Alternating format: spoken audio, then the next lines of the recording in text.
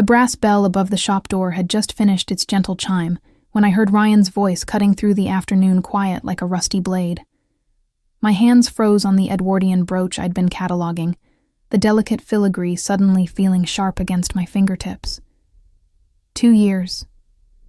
2 years since I'd walked away from him, from the apartment we'd shared, from the life I'd thought we were building together.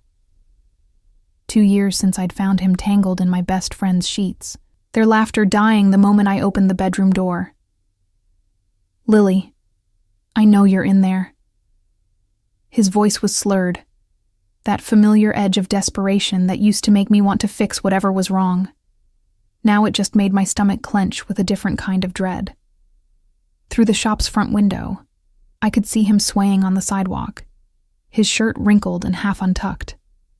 The Ryan I'd known had been meticulous about his appearance, always perfectly pressed. This version looked like he'd been sleeping in his clothes. I set the brooch down carefully on the velvet-lined tray, my movements deliberate, despite the way my pulse had started hammering against my ribs. The shop felt smaller suddenly, the towering mahogany shelves crammed with centuries of other people's treasures now seeming less like a sanctuary and more like a maze with no exit. Mrs. Chen, the owner, had stepped out 20 minutes ago to meet with an estate sale representative. I was alone. "Come on, baby. Just talk to me." Ryan's palm slapped against the window, making the glass shudder. "You can't ignore me forever. We need to talk about what happened. It was a mistake, you know that. Sarah didn't mean anything." My jaw clenched so hard I felt it in my temples. Sarah. The name still stung like iodine on a fresh wound. She'd been my friend since college, the one who'd helped me move into my first apartment, who'd held my hair back when I had food poisoning, who'd sworn she'd never let a man come between us. Until one did. Until Ryan. I backed away from the counter, my sensible flat silent on the worn Persian rug that covered the shop's hardwood floor. The familiar scent of old wood and furniture polish usually calmed me, but today it felt cloying, thick in my throat. I moved deeper into the shop, past the Victorian writing desk with its forest of tiny drawers, past the collection of Art Deco jewelry in the locked display case, past the shelf of antique pocket watches that ticked their separate rhythms into the dusty air. That's when I collided with something solid and warm. "Careful." The voice was low, controlled, with an accent I couldn't quite place. Something European, refined, but with an edge that made the single word sound less like concern and more like a command. Strong hands steadied me by my upper arms, and I looked up into a face that made my breath catch for an entirely different reason than Ryan's arrival had.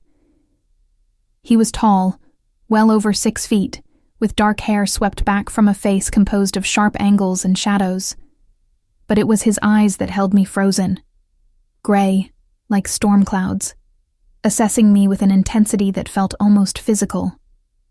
He wore a charcoal suit that probably cost more than 3 months of my rent, the kind of tailoring that whispered money rather than shouting it.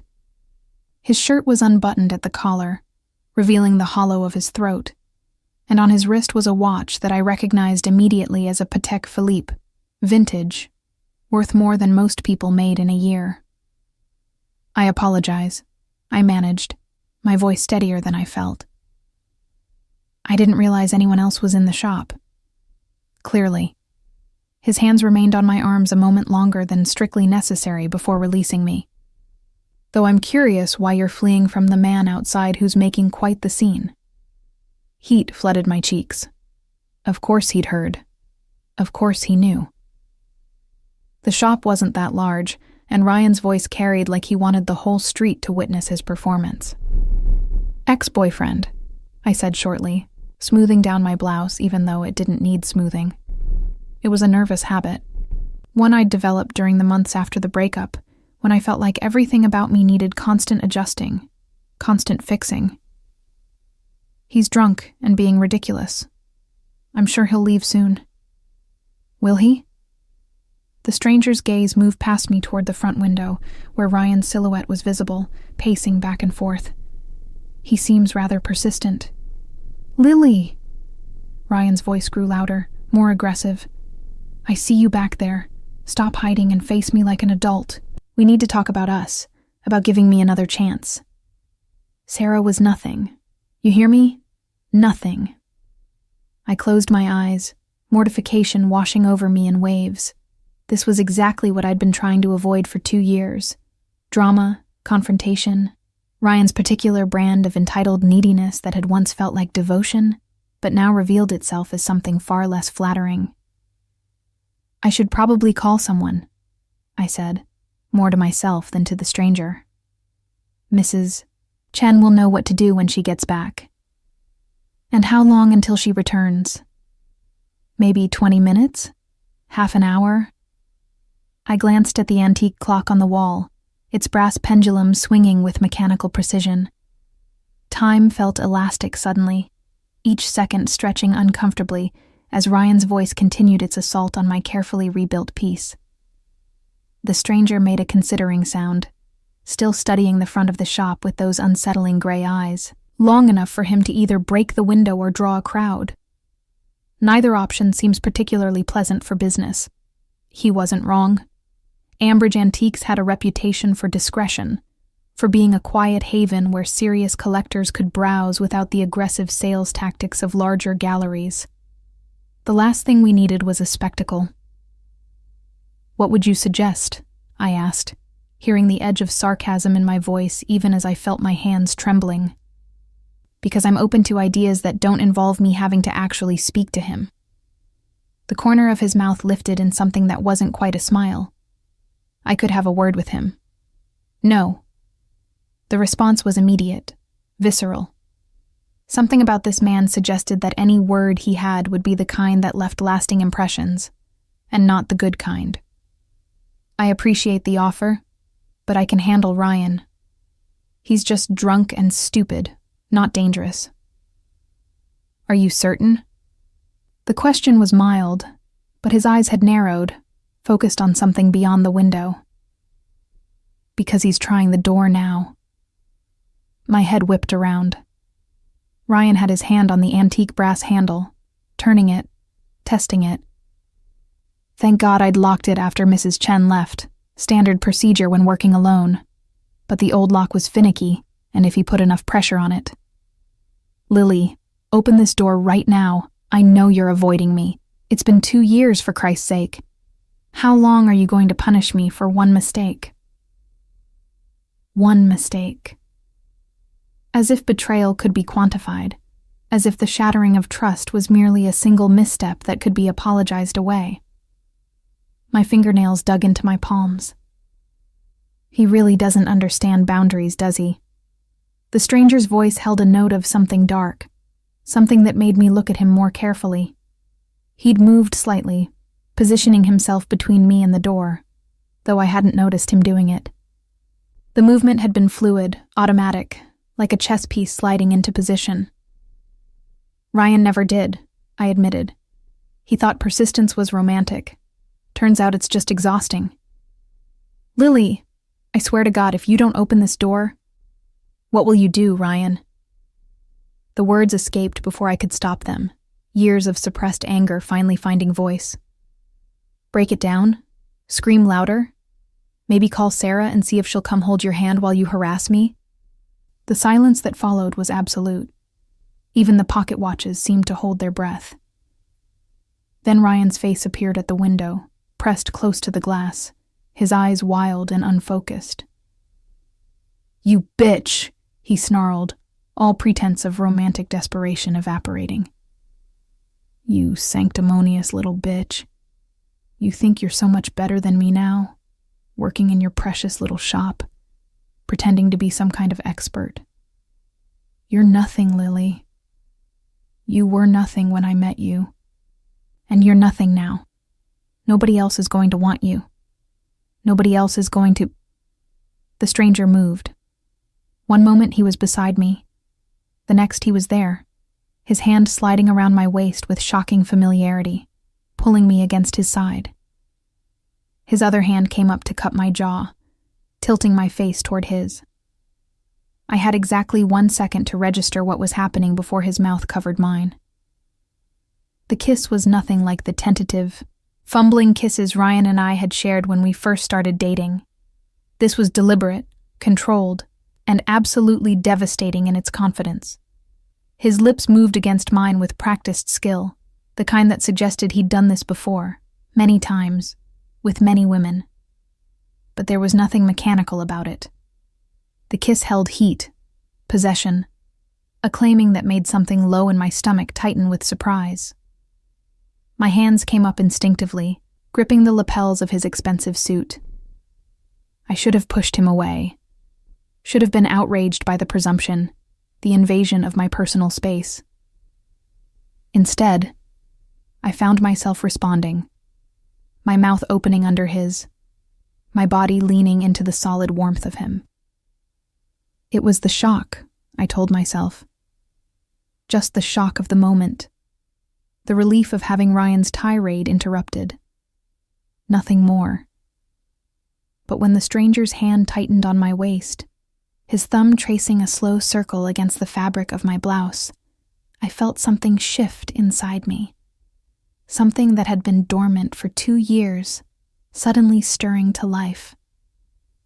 He pulled back slowly, his gray eyes holding mine for a long moment before turning deliberately toward the window. Toward Ryan, who stood frozen on the sidewalk, his face gone pale. "I believe the lady has moved on," the stranger said, his voice carrying clearly through the glass. His accent was more pronounced now, each word precisely articulated. "I suggest you do the same." Ryan's mouth worked soundlessly. Then he saw the watch on the stranger's wrist, and whatever color remained in his face drained completely. He took a step back, then another, his hands coming up in a placating gesture I'd never seen him make before. When he turned and practically ran down the street, I realized I'd been holding my breath. The stranger's arm remained around my waist. His thumb was still tracing those maddening circles. When I looked up at him, something in his expression made my pulse skip. Not fear, though perhaps it should have been. Interest, maybe. Curiosity about what kind of man could kiss a stranger like that and send another man fleeing with nothing more than a look. "Thank you," I managed, my voice coming out breathier than intended. That was effective. "I'm Kieran." He said it like it should mean something, like his name carried weight. Maybe it did, given Ryan's reaction. "Lily, but you already knew that." His mouth curved in that almost smile again. Hard to miss, given the serenade. I should have stepped away from him, should have put proper distance between us. Instead, I found myself asking, "The pocket watch you were looking at earlier, the Victorian one with the hunting scene engraving, are you interested in purchasing it?" Something flickered in his eyes, surprise perhaps, or approval. "Among other things." His gaze traveled slowly over my face, lingering on my mouth. "Though I find I'm now interested in a rather different acquisition." Heat bloomed in my cheeks again, but this time it felt different. Less like embarrassment and more like awareness. I recognized flirtation when I heard it, though it had been so long since anyone had flirted with me that I'd almost forgotten how it felt. And I definitely wasn't used to it from men who looked like they'd stepped out of an Italian fashion magazine and kissed like they'd written the manual on seduction. "The watch is $1,200, I said, trying to reclaim some professional footing. "It's in excellent condition, fully functional, with the original case and papers. A remarkable piece for any collection." "I'll take it."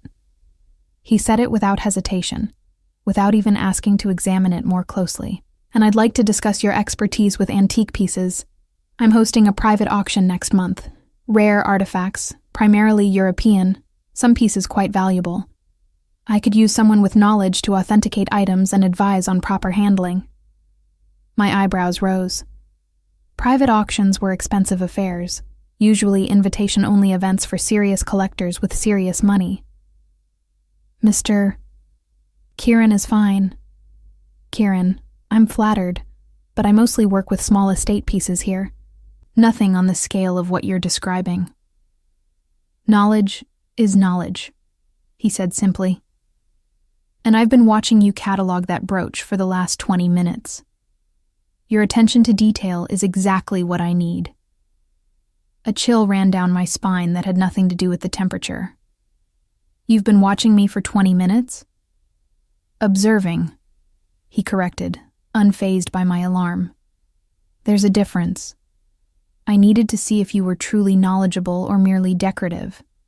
You passed the test before your ex-boyfriend arrived to provide additional entertainment. There was something in his tone that should have warned me. Something in the casual way he admitted to surveillance, to testing me without my knowledge or consent. But I was still processing the kiss, still feeling the ghost of his mouth on mine, and my usual common sense seemed to have temporarily vacated the premises. The auction is in a month, you said? He inclined his head. I'll pay consultant rates, of course. $5,000 for the event, plus travel and accommodation if any viewing requires it. $5,000. I tried not to let my shock show, but given that I made barely $30,000 a year working for Mrs. Chen, it was hard to maintain composure. That was nearly 2 months' salary for what sounded like a few days' work. I'll need to check with Mrs. Chen, I hedged. Make sure she can spare me. Already done. At my startled look, he smiled, a real smile this time, showing white teeth that somehow made him look more predatory rather than less. I spoke with her briefly before you arrived. She's quite enthusiastic about the opportunity for her shop to be associated with high-end collectors. Consider it part of your training. Mrs. Chen knew about this? Had agreed to it? I felt like I'd missed several important steps in a conversation. When would you need an answer? Now would be ideal. He pulled a business card from his inner pocket, the cardstock heavy and cream-colored, embossed with a single name, Kieran Volkov. No company name, no title. Just the name and a phone number. Though I'm willing to give you until tomorrow morning to decide. Fair warning, however. I don't often make offers twice. The card felt expensive between my fingers, the kind of subtle wealth that didn't need to announce itself. Kieran Volkov. The surname was Russian, which explained the slight accent I couldn't place earlier. And there was something else about that name, something tickling at the back of my memory. But I couldn't quite catch it. I'll call you, I said, slipping the card into my pocket. One way or another, by 10 tomorrow morning. Excellent. He stepped back finally, breaking the circle of intimacy we'd somehow created in the middle of Mrs. Chen's shop. And Lily? If your ex returns, don't hesitate to contact me. I'm quite good at handling persistent problems. The way he said it sent another chill through me, though this one was harder to classify. Warning, promise, threat. With Kieran Volkov, it seemed entirely possible the answer was all three. He collected his pocket watch, paid in cash, $1,200 bills he produced from a money clip without counting, and left with a nod that felt more like a dismissal than a goodbye. The bell above the door chimed his departure, and suddenly I was alone in the shop again, holding a stack of bills and questioning everything that had just happened. My fingers drifted to my lips. I could still feel the kiss, the confident pressure of his mouth, the way his hand had curved possessively around my waist. Ryan had kissed me hundreds of times in the 2 years we'd been together, but none of those kisses had ever made my knees feel unsteady. This was ridiculous. I was being ridiculous. Kieran Volkov was clearly wealthy, clearly accustomed to getting what he wanted, and apparently, what he wanted included kissing strange women in antique shops to prove a point to their ex-boyfriends. That didn't make him Prince Charming. It made him presumptuous at best, dangerous at worst. But $5,000. I locked the money in the shop's safe and returned to cataloging the brooch, trying to focus on the familiar task. The filigree work was exceptional, Probably 1910s based on the style, with seed pearls arranged in a floral pattern. My hands moved automatically, recording measurements and conditions in the shop's inventory system. But my mind was elsewhere. Kieran Volkov. The name bothered me, nagging like a forgotten appointment. Where had I heard it before? By the time Mrs. Chen returned, full of apologies for the delay and excited chatter about the estate sale she'd just attended, I'd finished the brooch and moved on to a collection of Victorian hairpins. I listened to her describe the treasures she'd acquired: a complete set of Meissen porcelain, some Art Nouveau jewelry, a writing desk that needed restoration but had good bones, while trying to figure out how to bring up Kieran's offer. Mrs. Chen, I finally interrupted her enthusiastic cataloging. Did a man come in earlier? Tall, dark hair, expensive suit. Said his name was Kieran? Her eyes lit up. Mr. Volkov. Yes. Such a distinguished gentleman. He was very interested in the pocket watches. Did he make a purchase? The Victorian hunting scene piece. Paid in cash. I paused, choosing my words carefully. He also mentioned something about a private auction. Said he'd spoken with you about having me help authenticate items. Mrs. Chen's smile grew even wider. Oh, yes. What an opportunity, Lily. Mr. Volkov is very well connected in the collector's world. Having Ambridge Antiques associated with his events could bring us clients we'd never reach otherwise. I told him of course you'd be available to help. Of course she did. Mrs. Chen was a brilliant businesswoman, but she sometimes forgot that her employees might have opinions about how their time was allocated. It's just, I began carefully. I don't know anything about Mr. Volkov. What kind of collector he is. What his reputation. Impeccable, she assured me, waving away my concerns with a gesture that set her jade bracelets jingling. He's been collecting for years. Very discriminating taste. Specializes in European antiquities, particularly items with interesting histories. Military pieces, nobility artifacts, things with provenance. Very serious business. Very serious business. Something about the way she said it made me uneasy, but I couldn't articulate why. And you trust him? Mrs. Chen's expression softened. Lily, dear, I understand you're cautious after what happened with Ryan, but not every man is going to betray you. Mr. Volkov came highly recommended by 3 separate dealers I trust. This is a legitimate opportunity, one that could be very good for your career if you're thinking of eventually opening your own shop someday. My own shop.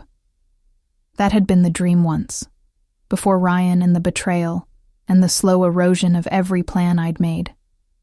Mrs. Chen was right. I was cautious now, suspicious of opportunities that seemed too good to be true.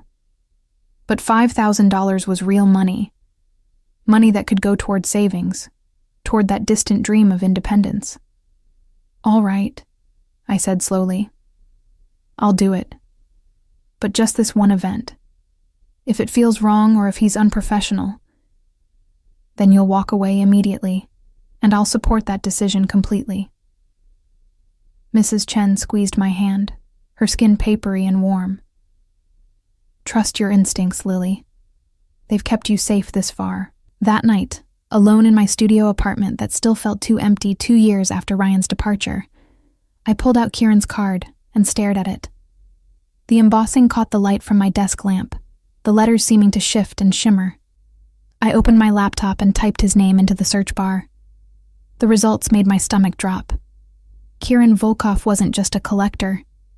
He was the Kieran Volkov, owner of multiple galleries across Europe, runner of high-stakes private auctions that catered to billionaires and royalty, and according to several forums I found buried in the search results, a man with connections to the kind of business that didn't get discussed in polite company. The black market. Stolen artifacts. Things that disappeared from museums and reappeared in private collections. Nothing concrete. Nothing that could be proven. Just whispers and speculation, and carefully worded warnings about dealing with him. but enough to paint a picture that was very different from the one Mrs. Chen had described. I should have called him right then and declined. Should have stayed in my safe, small world where the most dangerous thing I faced was a drunk ex-boyfriend and late rent. But my phone buzzed with a text from an unknown number. Tomorrow, 10 a.m. I look forward to your answer. K. And despite every instinct screaming at me to run, despite the warnings scattered across my laptop screen, I found myself thinking about gray eyes and a kiss that had felt like falling off a cliff, terrifying and exhilarating in equal measure. I thought about $5,000 and the dream of my own shop. I thought about the way Ryan had fled at the sight of Kieran's watch, and I thought about the way I'd felt for those few seconds in Kieran's arms. Not broken, not betrayed, not small and careful. Alive. I called Kieran at exactly 10 the next morning, my finger hovering over the dial button for a full minute before I finally pressed it. He answered on the first ring, as if he'd been waiting. Lily, I trust you've made a decision. No greeting, no pleasantries, straight to business. I appreciated that more than I wanted to admit. I'll do it, I said, keeping my voice professional. The authentication work for your auction. But I have conditions. A pause, then what sounded like genuine amusement. Conditions. How refreshing. Go on. Everything stays professional. No more surprise kisses. No personal involvement beyond the scope of the work. And if anything about this feels illegal or questionable, I walk away immediately. No questions, no arguments. Agreed. He said it so easily that I wondered if he'd expected the boundaries, perhaps even approved of them. Though I should note that the kiss yesterday wasn't unprofessional. It was strategic. Your ex-boyfriend needed to understand you were no longer available for his dramatics. You could have just asked me to pretend to be with someone. I could have, he acknowledged, but that wouldn't have been nearly as effective, or as enjoyable. Heat crept up my neck. Mr. Volkov. Kieran. And I'm teasing you, Lily. Professional distance as requested. The auction preview is this Friday at my gallery here in the city. I'll send a car for you at 6. Dress is cocktail attire. You'll be meeting some of the potential bidders, and first impressions matter in this world. A car, cocktail attire, meeting billionaires. This was so far outside my normal existence that I almost laughed. I don't really have cocktail attire, I admitted. My wardrobe is mostly work clothes for the shop. Then go shopping. Consider it a business expense. Before I could protest, he continued. I'll have my assistant transfer an advance to your account this afternoon. $2,000 should be sufficient for appropriate clothing and any other necessities. The remainder will be paid upon completion of the event. $2,000 just for clothes. I thought of my closet with its collection of sensible blouses and practical slacks, the single black dress I'd worn to my grandmother's funeral 3 years ago. Nothing in there would be remotely suitable for the kind of event Kieran was describing. That's very generous, but it's not generosity, it's investment. If you're representing my interests, you need to look the part. My assistant will also send over a portfolio of the items you'll be authenticating. Familiarize yourself with them before Friday. Any questions about provenance or documentation, contact me directly. He hung up before I could respond, leaving me staring at my phone and wondering what I'd just agreed to. The money appeared in my account 3 hours later, along with an email from someone named Dmitry Sokolov containing 50 pages of detailed photographs and documentation. I spent my lunch break scrolling through images of artifacts that took my breath away. A Fabergé cigarette case, a medieval illuminated manuscript page, a collection of Napoleonic medals, a Renaissance-era dagger with a jeweled hilt. Each piece was worth more than I'd make in years at the shop. And someone was trusting me to authenticate them. The realization was both thrilling and terrifying. That evening, I did something I hadn't done in 2 years. I went shopping for myself. Not practical shopping for work necessities or grocery staples, but actual shopping for pleasure. The boutique Kieran's assistant had recommended in the email was in a part of the city I rarely visited, where the storefronts gleamed with subtle elegance, and the price tags made my eyes water. But the saleswoman who greeted me was kind rather than condescending. And when I explained what I needed, something sophisticated but not overly formal, something that would help me look knowledgeable rather than decorative, she seemed to understand immediately. We settled on a deep emerald dress with a fitted bodice and a skirt that moved like water when I walked. It was the most expensive single item I'd ever purchased for myself, and when I looked in the mirror, I barely recognized the woman staring back. She looked confident, professional, like someone who belonged in Kieran Volkov's world. The illusion lasted until I got home and spent the next 3 nights barely sleeping, studying the auction portfolio until I could recite the provenance of every piece from memory.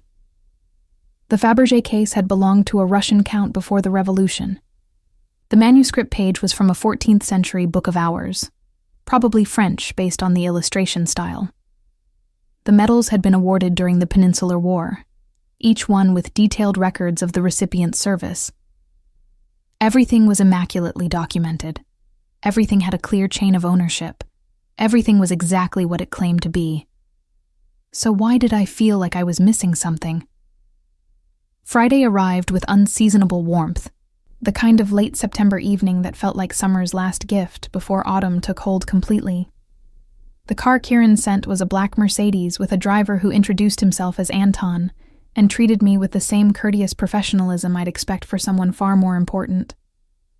We drove through the city as the sun set, painting the buildings in shades of amber and rose, until we reached the gallery district I'd only ever seen in magazines. Kieran's gallery occupied the ground floor of a converted warehouse, all exposed brick and soaring ceilings with track lighting that made the space feel like a modern cathedral. Through the windows, I could see people already inside. Men in tailored suits, women in designer dresses, everyone holding champagne flutes and moving through the space with the casual confidence of those who belonged there. I didn't belong there. The thought hit me as Anton opened my door, and I had to force myself to step out onto the sidewalk. My new dress suddenly felt like a costume.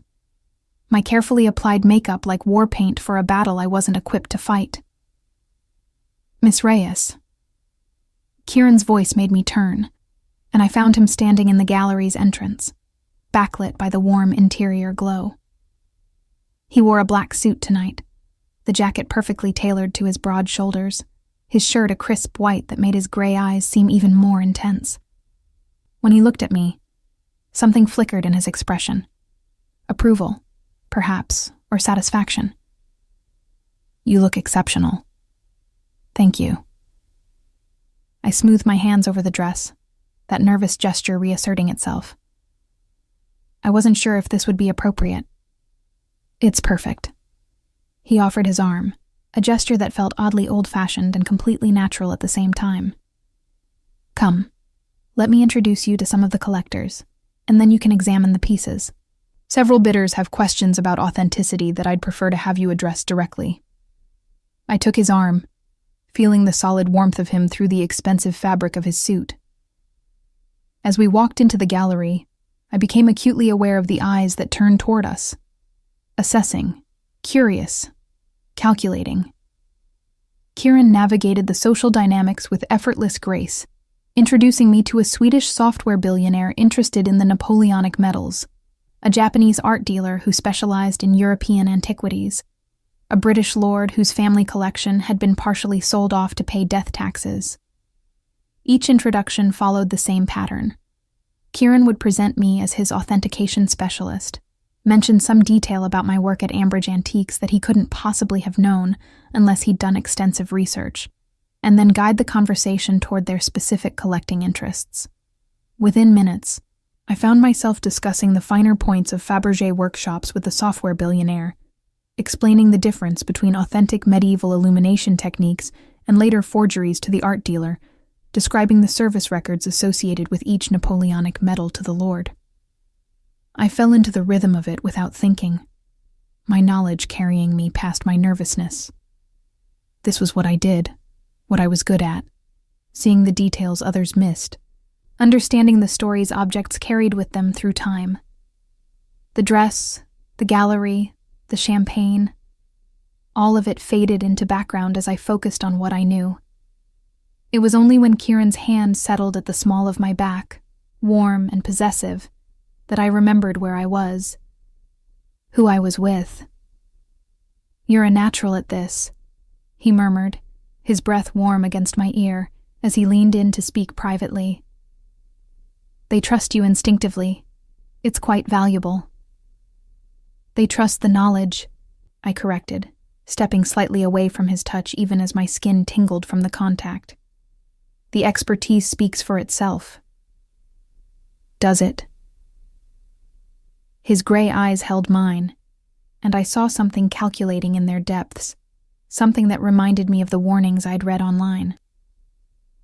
"I think you underestimate your own charm, Lily. These collectors respond to more than just facts.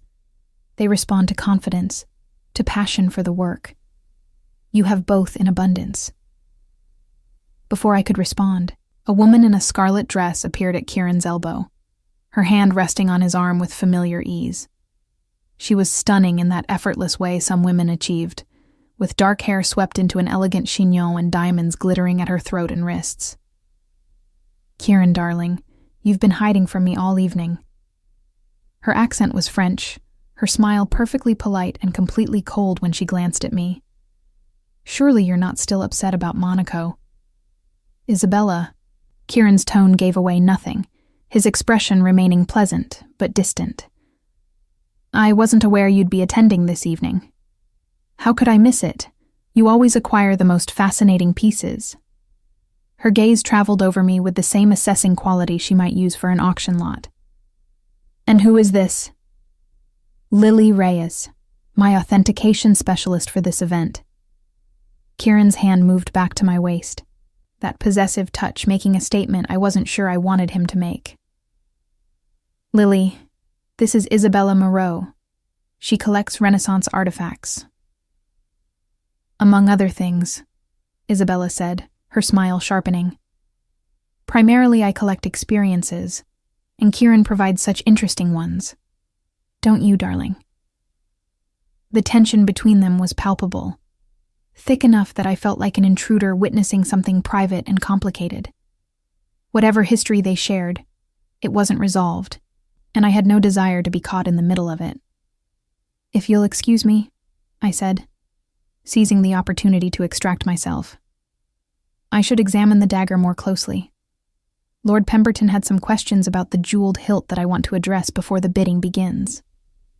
I didn't wait for permission, just stepped away from Kieran's touch and moved through the crowd toward the display, where the Renaissance dagger rested on black velvet under carefully controlled lighting. My hands were shaking slightly as I pulled on the cotton gloves I'd brought specifically for handling delicate artifacts, and I forced myself to focus on the blade's Damascus pattern, the way the steel had been folded and forged centuries ago by a master craftsman. "Running away so soon?" The voice was male, accented like Kieran's, but rougher, less refined. I looked up to find a man watching me from across the display case. He was younger than Kieran, maybe early 30s, with similar dark hair, but eyes that were brown instead of gray. Something about his stance suggested he was used to fighting, to physical confrontation rather than verbal sparring. "Can't say I blame you. Isabella has that effect on people." "I wasn't running," I said evenly. "I was working." "Of course." His smile suggested he didn't believe me for a second. "You're the expert Kieran brought in. Lily, right? I'm Alexei Volkov, Kieran's younger brother, though he rarely admits to the relation." Volkov. So this was family, which explained some of the similarities in appearance. But where Kieran moved with controlled precision, Alexei had a restless energy that made him seem constantly in motion even when standing still. "It's nice to meet you," I said, unsure of what else to say. "Are you interested in the dagger?" "Not particularly. I'm more interested in why my brother is collecting people these days." At my confused look, he laughed. Kieran doesn't usually bring in outside consultants for authentication. He has a whole team of experts he works with regularly. Experts with decades of experience and impressive credentials. No offense, but you're what, 23? 24? Fresh out of art history graduate school and working in a secondhand shop? The casual dismissal stung, particularly because part of it was true. I was 23, and while I had my degree, it was from a state school, not some prestigious institution. My experience was limited to 2 years at Ambridge Antiques, and whatever knowledge I'd absorbed from my grandmother, who'd been a dealer herself before she died. I'm qualified for the work Kieran asked me to do, I said, hearing the defensive edge in my voice and hating it. I'm sure you are. Alexi's gaze traveled over me with the same assessing quality Isabella had used. But where hers had been dismissive, his seemed more curious. I'm just wondering what else Kieran thinks you're qualified for. My brother doesn't do anything without multiple reasons. If he brought you in, it's not just about authentication. A chill ran down my spine. What else would it be about? That's what I'm trying to figure out. He leaned against the display case with a casualness that suggested he had no respect for the priceless artifacts it contained. Maybe he's trying to make Isabella jealous. Maybe he needs someone fresh and untainted by the usual gallery politics. Or maybe... His eyes narrowed thoughtfully. Maybe he saw something in you that reminded him of someone he lost. I think you're reading too much into a simple business arrangement, I said, though uncertainty was creeping in. Was I really here just for my expertise? Or was I serving some purpose I didn't understand? Maybe. Alexei didn't sound convinced. But if I were you, I'd be careful. Kieran collects things. Beautiful things, rare things, things with interesting histories. And he doesn't like to let go of his acquisitions. Before I could respond, Kieran appeared at my shoulder, his presence sudden and somehow ominous. Alexei, I wasn't aware you'd been invited. I wasn't. The younger Volkov pushed off from the display case, his smile never quite reaching his eyes. But when has that ever stopped me? Family should support family, shouldn't they, brother? A family should respect boundaries. Kieran's voice was soft, dangerous in a way I hadn't heard before. This is a business event, not a social gathering. Everything's business with you, Kieran. That's always been your problem. Alexei's gaze flicked to me, then back to his brother. Try not to break this one, yeah? She seems nice. He walked away before Kieran could respond, disappearing into the crowd with the same restless energy he'd arrived with. I stood frozen, processing what had just happened, what Alexei had implied about his brother, and broken things and acquisitions that weren't allowed to leave. I apologize for my brother, Kieran said, his hand settling once again on my waist. The gesture was becoming familiar, almost comfortable, which should have alarmed me more than it did. He has a gift for inappropriate observations. Is he right? I asked, looking up at Kieran's carefully neutral expression. Am I here for more than authentication work? Something flickered in those gray eyes. Calculation, decision, truth measured against strategic advantage. You're here because you're brilliant at what you do, because collectors respond to your genuine passion, and because I enjoy your company. Does there need to be more reason than that? It wasn't an answer. Not really. But before I could press further, the gallery lights dimmed slightly, and a woman I recognized as Kieran's assistant stepped to a small podium at the front of the space. Ladies and gentlemen, if you'd please take your seats, the auction will begin shortly. The next 2 hours passed in a blur of bidding wars and subtle tensions.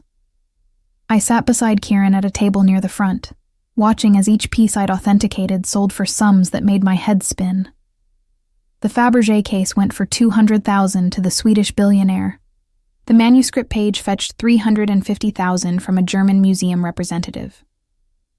The Napoleonic medals sparked a fierce competition between Lord Pemberton and a private collector from Austria, finally settling at $180,000. And through it all, Kieran's attention never wavered from the proceedings. He was completely in his element here, conducting the auction with subtle gestures and meaningful glances, letting his assistant handle the actual calling of bids while he orchestrated the larger drama. I watched him work with a mixture of fascination and growing unease, seeing clearly now what Alexei had meant about collections and acquisitions. This was a man who knew how to identify value, how to acquire what he wanted, how to keep it.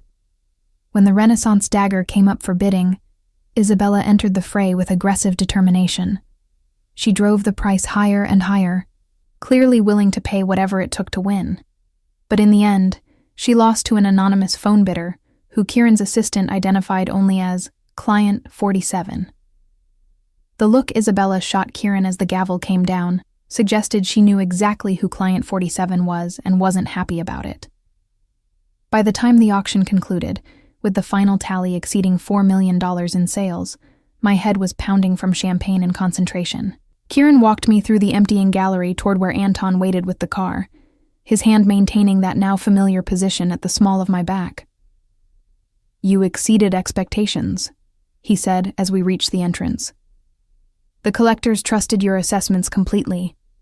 Several have already expressed interest in future events, contingent on your participation." "I just told them what I knew," I said, exhaustion making me honest. The pieces spoke for themselves. "Did they?" He turned to face me, close enough that I could smell his cologne, something expensive with notes of cedar and smoke. "Or did you give them context, history, meaning beyond mere provenance? That's what makes you valuable, Lily. Not just your knowledge, but your ability to make others care about it." The compliment warmed me more than it should have, especially after Alexei's warnings and Isabella's obvious jealousy and the general strangeness of an evening spent among millionaires. "Thank you," I said, "for the opportunity, and for trusting me with such valuable pieces." "The pieces were never at risk. I researched you thoroughly before approaching you at the shop. I knew your expertise was sound." His hand came up to tuck a strand of hair behind my ear, the gesture intimate and presumptuous and somehow completely natural. "It was your character I was curious about, whether you could handle this world without being corrupted by it. And what's your assessment?" His smile held secrets I wasn't sure I wanted to know. "Still gathering data, but the preliminary results are promising." Anton coughed politely from beside the car, breaking the moment. Kieran stepped back, creating proper distance between us once more. "I'll contact you next week about payment and future opportunities," he said, his tone shifting back to business. "In the meantime, if you have any concerns or questions about tonight's event, don't hesitate to call." I nodded, suddenly eager to be back in my small apartment, away from gray eyes and complicated family dynamics and the seductive danger of Kieran Volkov's world. Anton held the door for me, and I slid into the Mercedes' leather interior with relief. But as we pulled away from the gallery, I looked back to see Kieran still standing in the entrance, his silhouette framed by golden light, watching me leave with an expression I couldn't read. And I realized that Alexei had been right about one thing. Kieran Volkov didn't do anything without multiple reasons. I just had no idea what all of them were yet. The check arrived by courier on Monday afternoon, $5,000 exactly as promised, along with a handwritten note on heavy cardstock that simply read, "Until next time. K." I deposited it immediately, watching my bank balance jump to a number I hadn't seen since before the breakup with Ryan, when we'd still been saving together for a future that would never materialize. The money felt both real and surreal, tangible proof that Friday's auction had actually happened and wasn't some elaborate fever dream.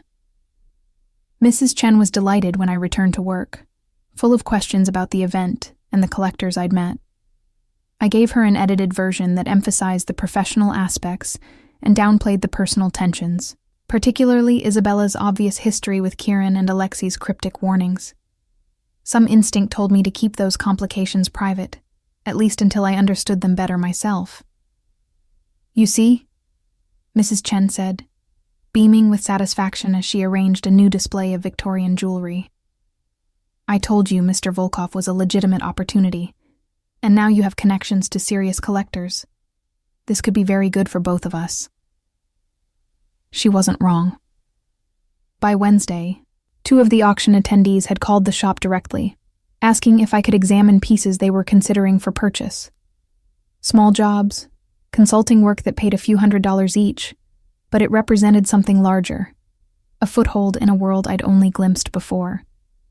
I was cataloging a collection of antique pocket watches when my phone buzzed with a message from an unknown number. "Dinner tonight? I have a proposition for you." "Kay." My pulse jumped, fingers tightening around the watch I'd been examining. Professional distance, I'd told him. No personal involvement beyond the scope of work. But dinner could be business, couldn't it? Kieran had mentioned future opportunities. "What kind of proposition?" I typed back, proud of how steady my thumbs were despite the nervous flutter in my stomach. The kind best discussed over wine and proper food. 8 p.m., Marconi's. Anton will collect you at 7:45. Marconi's. I'd heard of it. One of those Italian restaurants where reservations were impossible to get, and the prices weren't listed on the menu because if you had to ask, you couldn't afford it. The kind of place Ryan had always promised to take me someday, but never did. I should have declined.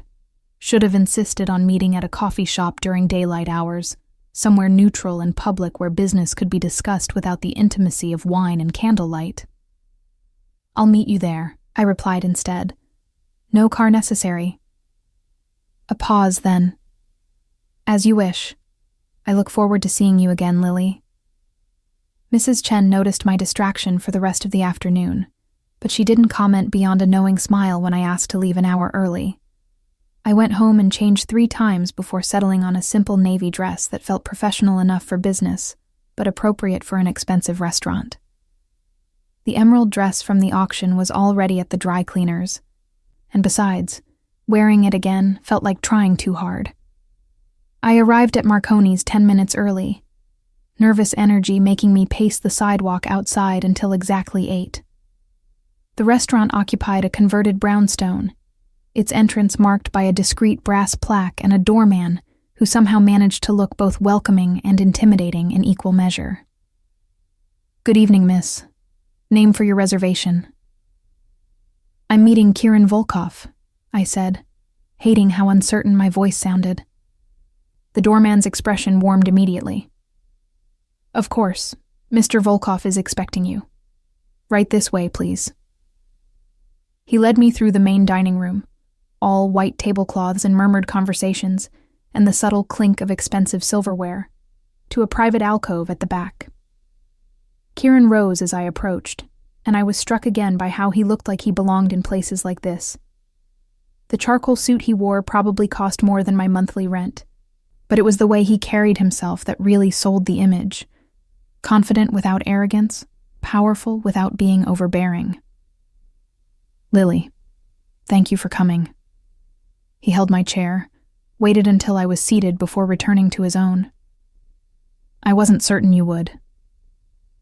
"You said you had a proposition," I replied, accepting the menu the hovering waiter offered. "I'm curious what it could be." Direct as always, I appreciate that quality.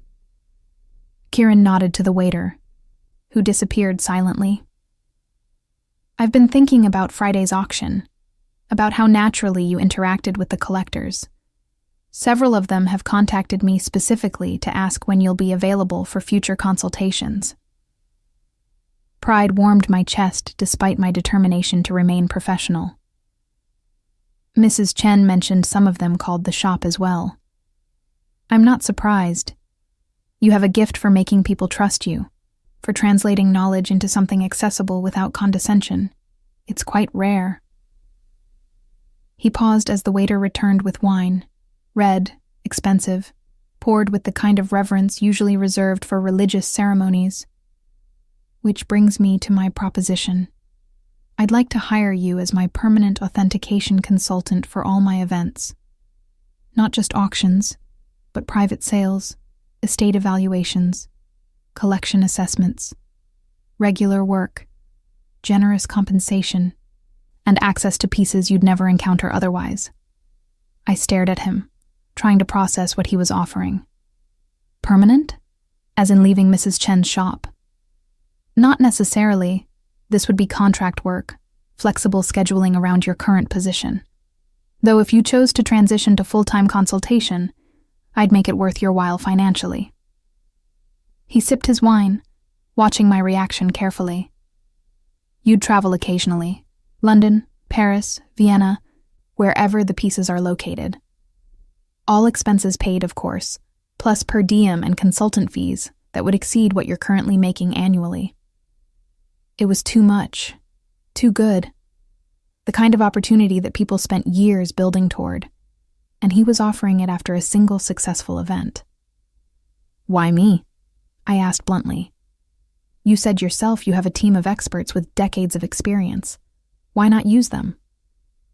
Because they're known quantities, predictable in their assessments and their loyalties.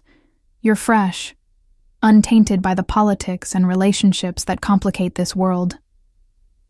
He set down his wine glass, leaning forward slightly. And because I enjoy working with you. Call it intuition, but I think we could build something interesting together. The phrasing made my skin prickle with awareness. Build something. In business terms, you mean? Of course. His smile suggested he knew exactly what I was thinking. What else would I mean? The waiter's return to take our orders saved me from answering. I ordered something at random, barely registering what it was, my mind racing with possibilities and dangers in equal measure. Working regularly with Kieran would mean money, security, access to a world I'd only dreamed about. But it would also mean continued exposure to whatever darkness lurked beneath his polished surface. The warnings Alexei had offered about broken things and collections that weren't allowed to leave. I need time to think about it, I said, once the waiter disappeared again. This is a significant decision.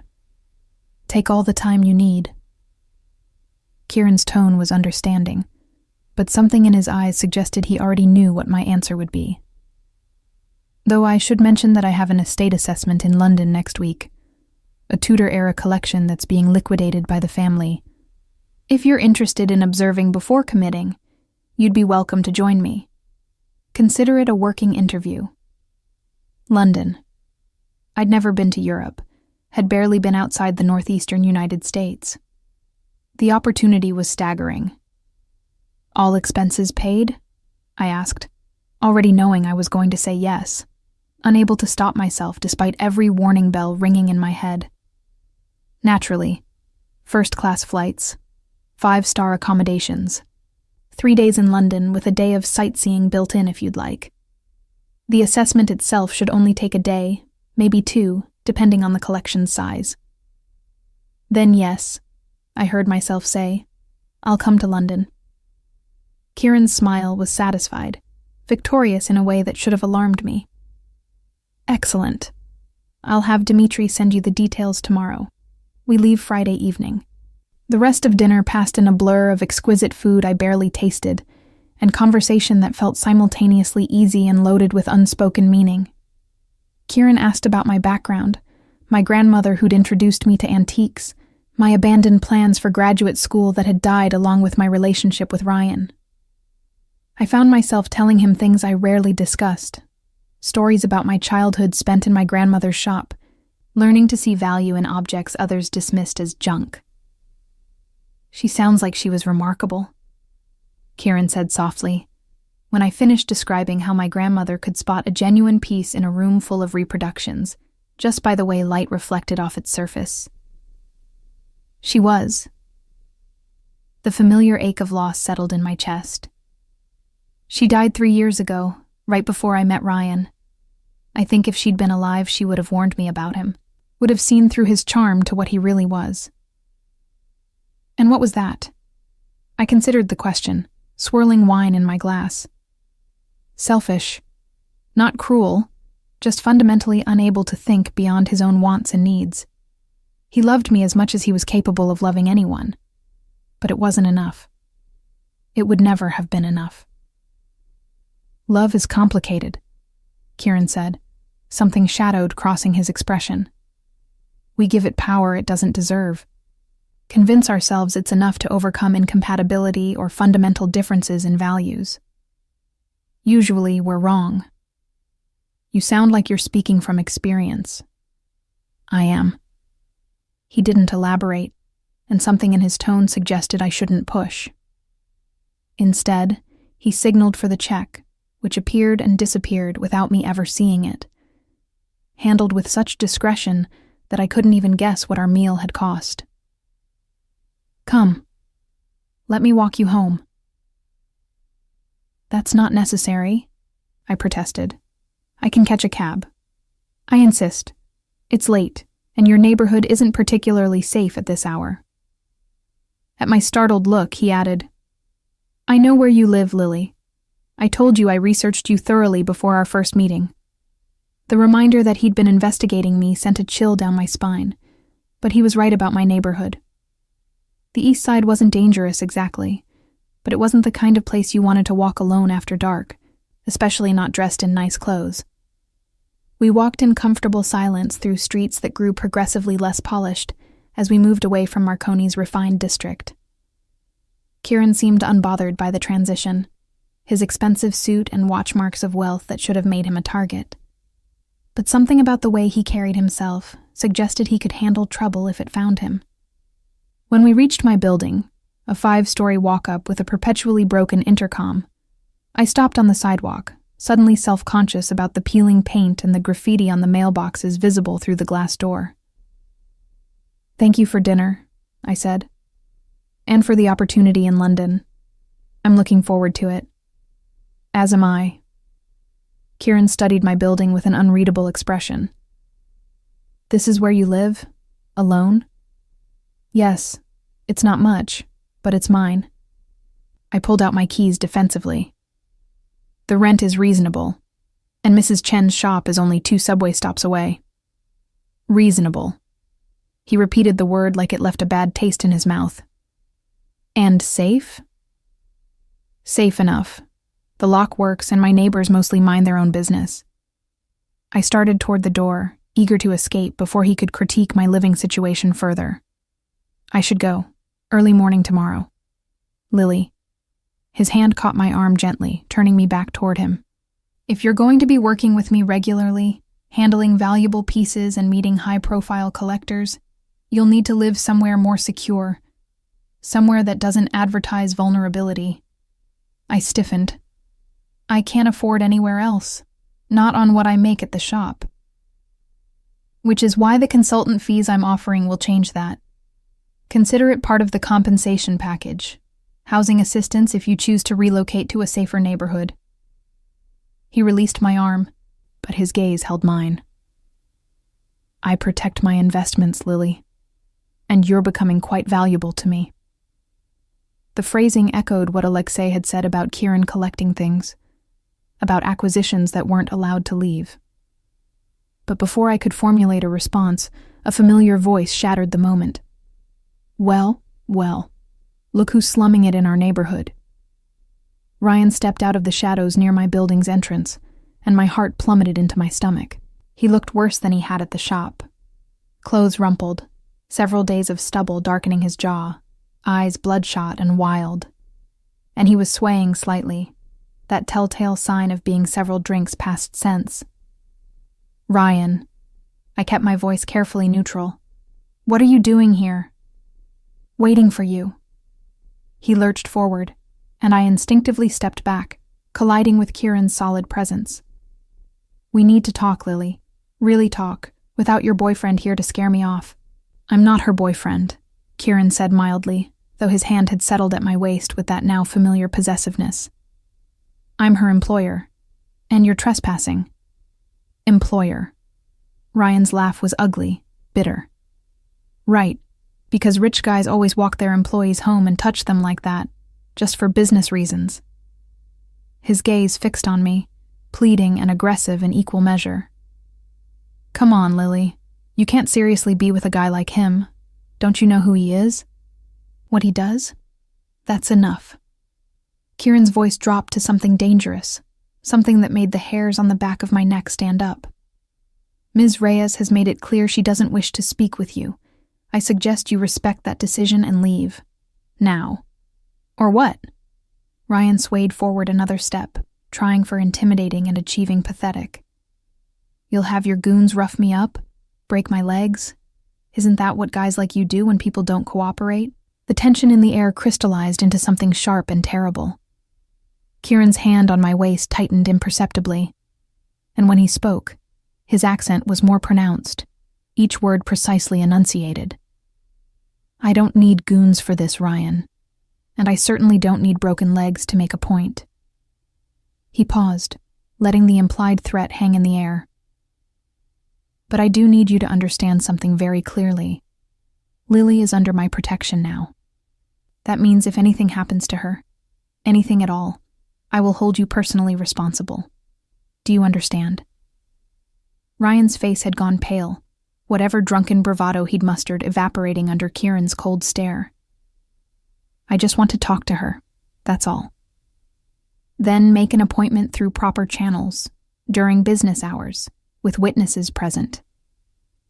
Kieran's tone made it clear this wasn't a suggestion. Any further attempts to contact her privately will be considered harassment, and I assure you, the consequences will be severe. For a long moment, Ryan just stood there, swaying and struggling to process what was happening. Then he looked at me, something desperate and broken in his expression. This is really what you want, Lily? To be some mob boss's property? I'm not anyone's property, I said quietly, though I wasn't entirely certain that was true anymore. But yes, I want you to leave me alone. That hasn't changed in 2 years, Ryan. It's not going to change now. He flinched like I'd struck him, then turned and stumbled away down the street, disappearing into the darkness with his shoulders hunched against some invisible weight. I watched him go, feeling a complicated mixture of relief, pity, and residual anger. Are you all right? Kieran's voice was gentle now, the dangerous edge gone. I'm fine. Thank you for... I gestured vaguely at where Ryan had been. For handling that. He won't bother you again, said with such certainty that I believed him absolutely. But Lily, you need to understand something. If you're going to work with me, there will be people who try to use you to get to me. Ex-boyfriends, business rivals, individuals with grudges. The security I mentioned isn't optional. It's necessary. Security. You mean bodyguards? The thought was absurd, laughable. I was nobody. Just a girl from a middle-class background working in an antique shop. That's excessive, don't you think? Not when you consider what I do, who I associate with, the value of the items you'll be handling. His hand came up to cup my cheek, the gesture startlingly intimate. And not when you consider how much I'd hate for anything to happen to you. The words hung between us, loaded with meaning I wasn't ready to unpack. I should have stepped back, should have maintained the professional distance I'd insisted on. Instead, I found myself leaning into his touch, drawn by the same magnetic pull I'd felt during that first kiss in Mrs. Chen's shop. Kieran, I whispered, unsure what I was asking for. He leaned down slowly, giving me time to pull away, to protest, to remember all the very good reasons this was a terrible idea. When I did none of those things, his mouth found mine in a kiss that was nothing like the strategic performance from before. This was real, deep, claiming in a way that made my knees weak and my heart race.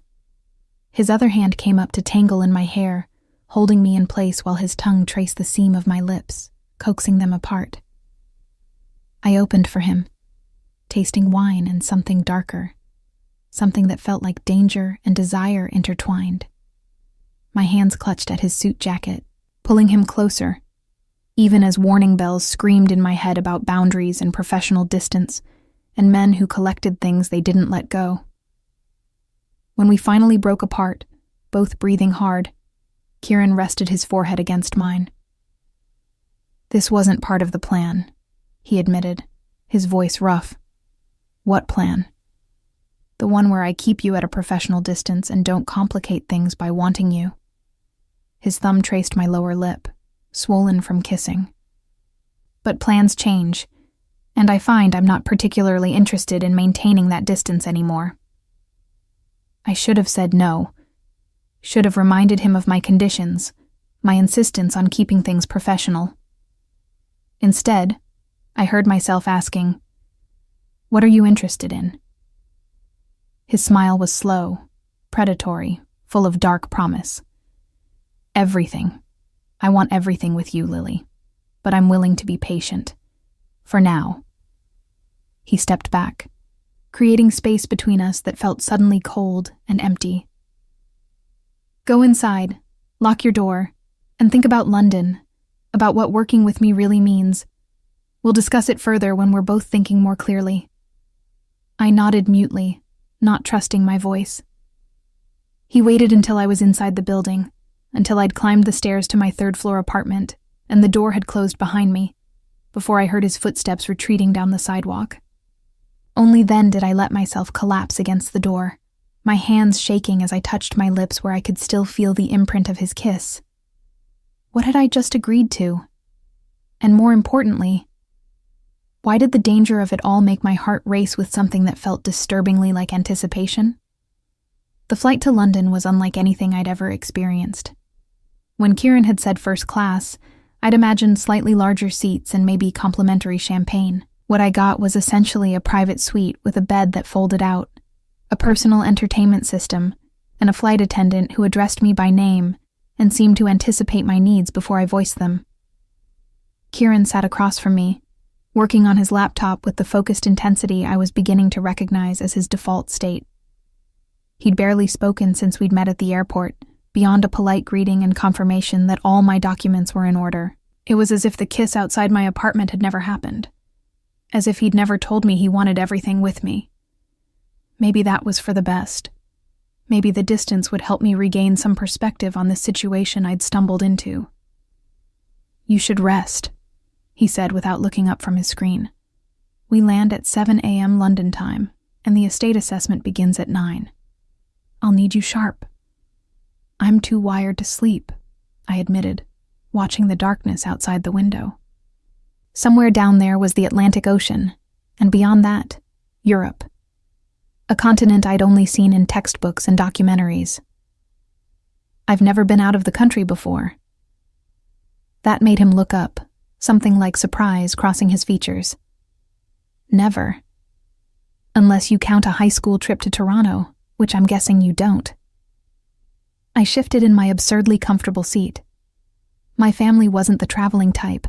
My parents worked factory jobs, saved every penny. The idea of flying across an ocean for fun would have seemed wasteful to them. And now? Now I'm doing it for work, which they would approve of slightly more, though they'd probably have concerns about my employer. I watched his reaction carefully. Ryan said some things the other night, about who you are, what you do. He seemed to think I should be afraid of you. Kieran set his laptop aside, giving me his full attention. Are you? Afraid? I don't know. Should I be? He considered the question, his gray eyes serious. That depends on your definition of fear, I suppose. I'm not going to hurt you, Lily. Not physically, not intentionally. But working with me means entering a world with its own rules, its own dangers. People like my brother Alexei, like Isabella. They're part of that world. They understand the costs. And I don't? Not yet, but you're learning. He paused. The Volkov family has been in the antiquities business for 3 generations. My grandfather started it in Russia before the revolution, dealing in art and artifacts that the nobility wanted to sell discreetly. When the Bolsheviks came, he fled to England with a fortune in portable wealth, jewelry, small paintings, icons. He rebuilt the business there, then expanded to France, to Italy, eventually back to Russia after the Soviet Union collapsed. That all sounds legitimate, I said carefully. Most of it is, but not all. When you deal in high-value portable goods, you inevitably encounter items with questionable provenance. Pieces that left their countries of origin through unofficial channels. Collections that were acquired during wartime under circumstances that wouldn't survive modern scrutiny. He leaned forward, elbows on his knees. I don't steal artifacts, Lily. I don't loot archaeological sites or rob museums, but I also don't ask too many questions when a seller's paperwork is imperfect, as long as the piece itself is genuine. That's still illegal, I pointed out. It's complicated. He smiled slightly. Welcome to the gray areas I mentioned. The pieces I handle would end up in private collections regardless. At least through me, they're preserved, authenticated, treated with respect. And occasionally, I facilitate their return to more appropriate institutions when the opportunity arises. Occasionally? More often than you'd think. The Napoleonic medals from last week's auction? 3 of them are going to French military museums as anonymous donations. The manuscript page will end up in a library in Bruges, where similar pages from that book of ours are already housed. Client 47 is actually a front for cultural repatriation efforts. I stared at him, trying to reconcile this information with my assumptions about his business. So you're what? Robin Hood for stolen art? Nothing so romantic. I'm a businessman who occasionally does the right thing when it aligns with my interests. He picked up his laptop again, signaling the end of the conversation. Now get some rest. Tomorrow will be demanding. But sleep wouldn't come despite the comfortable seat and the gentle hum of the engines. My mind kept churning through what Kieran had revealed, trying to decide if it made him better or worse than I'd feared. Gray areas, he'd called them, but gray could conceal anything. I must have dozed eventually, because I woke to Kieran shaking my shoulder gently, his face close to mine in the dim cabin lighting. We're landing soon, he murmured. You should see this. I sat up, disoriented, and looked where he was pointing. Dawn was breaking over London, painting the city in shades of rose and gold. The Thames snaked through the urban landscape like a ribbon, and I could make out landmarks I'd only seen in pictures. Tower Bridge, the Dome of St. Paul's, the London Eye catching the first rays of sun. It's beautiful, I breathed. It is. But when I glanced at Kieran, he wasn't looking at the view. He was looking at me. Something soft in his expression that vanished the moment he noticed my attention. Come, we need to prepare for landing. The Tudor estate was located in Kent, about an hour's drive from London proper. A car and driver were waiting for us at Heathrow, not Anton this time, but a British man named James, who handled our luggage with efficient professionalism and navigated the left side driving with ease that made me nervous watching from the back seat. Kieran spent the drive on his phone, conducting business in 3 different languages: English, Russian, and what I thought might be Italian. I watched the countryside roll past, still adjusting to the reality of being in a different country, on a different continent, doing work I'd never imagined possible a month ago. The estate appeared gradually, first as a stone wall lining the road, then as formal gates that James opened with a code, finally as the house itself, a sprawling Tudor manor in honey-colored stone with mullioned windows and chimneys that reached toward the cloudy sky like prayers-made architecture. My God, I whispered. Impressive, isn't it? Kieran put away his phone. Built in 1543 by the Howard family, passed down through generations until the current heir decided he'd rather have cash than history. Our job is to assess what's worth selling and advise on the best methods to do so. A woman in her 60s met us at the entrance, Lady Elizabeth Howard, the current owner's aunt, who'd been tasked with managing the liquidation. She was elegant in that particularly British way, all pearls and cashmere and a voice that could cut glass with its precise diction. Mr. Volkov, punctual as always. She shook Kieran's hand, then turned to me with undisguised curiosity. And this must be your authentication specialist. You look rather young, dear. Age doesn't always correlate with expertise, Kieran said smoothly. Ms. Reyes has an exceptional eye and knowledge that exceeds many professionals twice her age. You'll see. Lady Elizabeth's skepticism was palpable, but she led us through the house to what she called the collection rooms, a series of chambers that housed 4 centuries of accumulated treasures. Paintings lined the walls in dense arrangements, furniture from various periods crowded every available space, and display cases held everything from medieval weapons to Georgian silverware to what looked like genuine Viking artifacts. "Where would you like to begin?" Lady Elizabeth asked, gesturing at the overwhelming array. Kieran looked at me, waiting. This was a test, I realized. Not just of my knowledge, but of my confidence, my ability to handle myself in front of clients like Lady Elizabeth, who already doubted me. I moved to the nearest display case, studying the items arranged within. "The Viking pieces," I said. "They're the most valuable and the most likely to be fakes. We should authenticate those first, establish a baseline for the collection's overall quality." Something like approval flickered in Kieran's eyes. Lady Elizabeth simply nodded, though her skepticism hadn't fully evaporated. The next 6 hours passed in intense concentration. I examined each artifact methodically, checking for signs of age, analyzing construction methods, comparing styles to known examples from my mental database of historical research. Kieran assisted with documentation, photographing pieces from multiple angles while I dictated notes about authenticity and condition. The Viking artifacts were genuine: a drinking horn with silver mounts, 3 brooches with intricate knotwork, a small statue of what I thought might be Thor. The medieval weapons were more mixed, about half authentic and half Victorian reproductions. The paintings included 2 Gainsboroughs, a possible Stubbs that would need scientific analysis to confirm, and several minor works by lesser-known artists.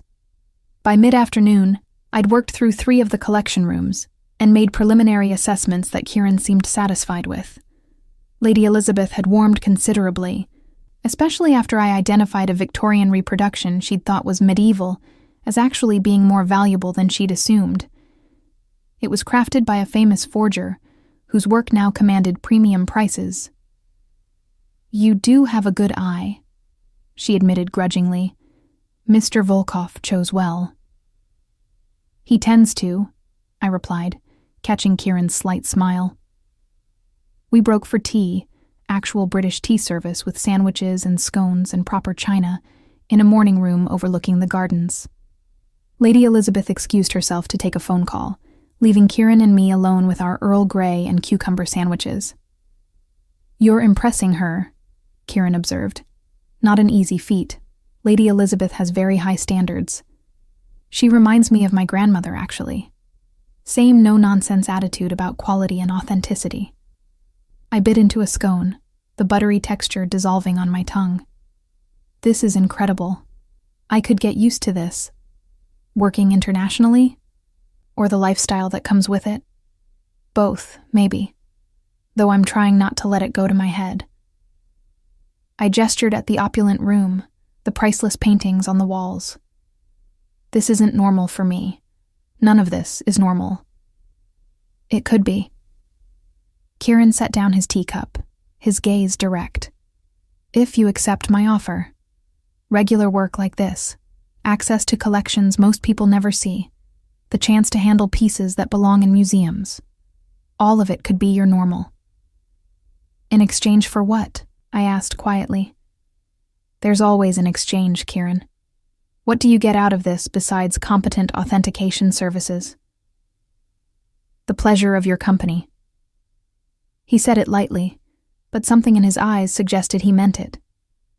"And yes, professional benefits.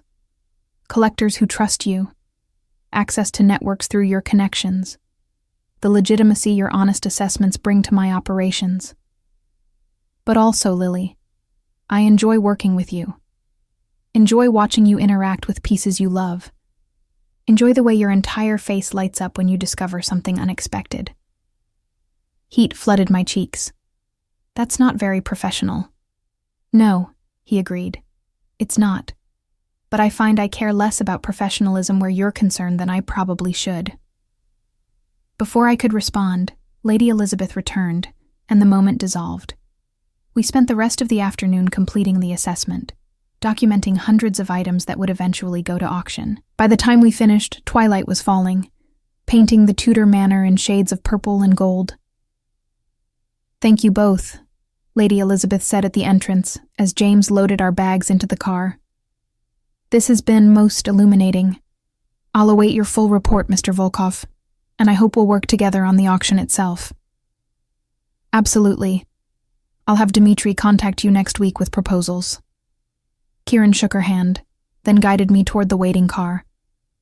"Shall we? We have dinner reservations in London." The drive back to the city passed in comfortable silence.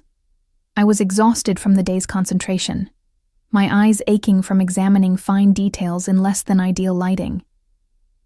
But I was also exhilarated in a way I hadn't felt since my grandmother was alive, teaching me to see what others missed. Our hotel was in Mayfair, all understated elegance and discreet service. The suite Kieran had reserved, suite, not room, was larger than my entire apartment, with a sitting area, a bedroom with a bed big enough for 4 people, and a bathroom with a tub deep enough to swim in. "This is too much," I protested as the porter deposited my single suitcase. "It's what was available on short notice," Kieran replied, tipping the porter generously. "I'm in the adjoining suite if you need anything. We have reservations at 8 at a restaurant near Covent Garden. Dress casually. It's more relaxed than Marconi's." After he left, I explored the suite with growing amazement. Fresh flowers on every surface, a view over Hyde Park, toiletries from brands I'd only read about in magazines, a minibar stocked with champagne and chocolates. I texted Mrs. Chen a photo of the view with a caption about the assessment going well, then collapsed onto the bed that felt like sleeping on a cloud. Just for a minute, I told myself. Just a quick rest before getting ready for dinner. I woke to knocking at the door and darkness outside the windows. Disoriented, I stumbled to the door and found Kieran standing there, concern creasing his forehead. "Are you all right? You didn't answer your phone." I glanced at the clock on the bedside table. 8:30. "Oh God, I'm so sorry." I laid down for a minute and just completely passed out. His expression softened. "You're exhausted. We've been working for 12 hours. Dinner can wait, or we can order room service if you'd prefer." "No, I want to go out. Just give me 20 minutes to make myself presentable." I was already backing toward the bathroom. "I promise I'll be quick."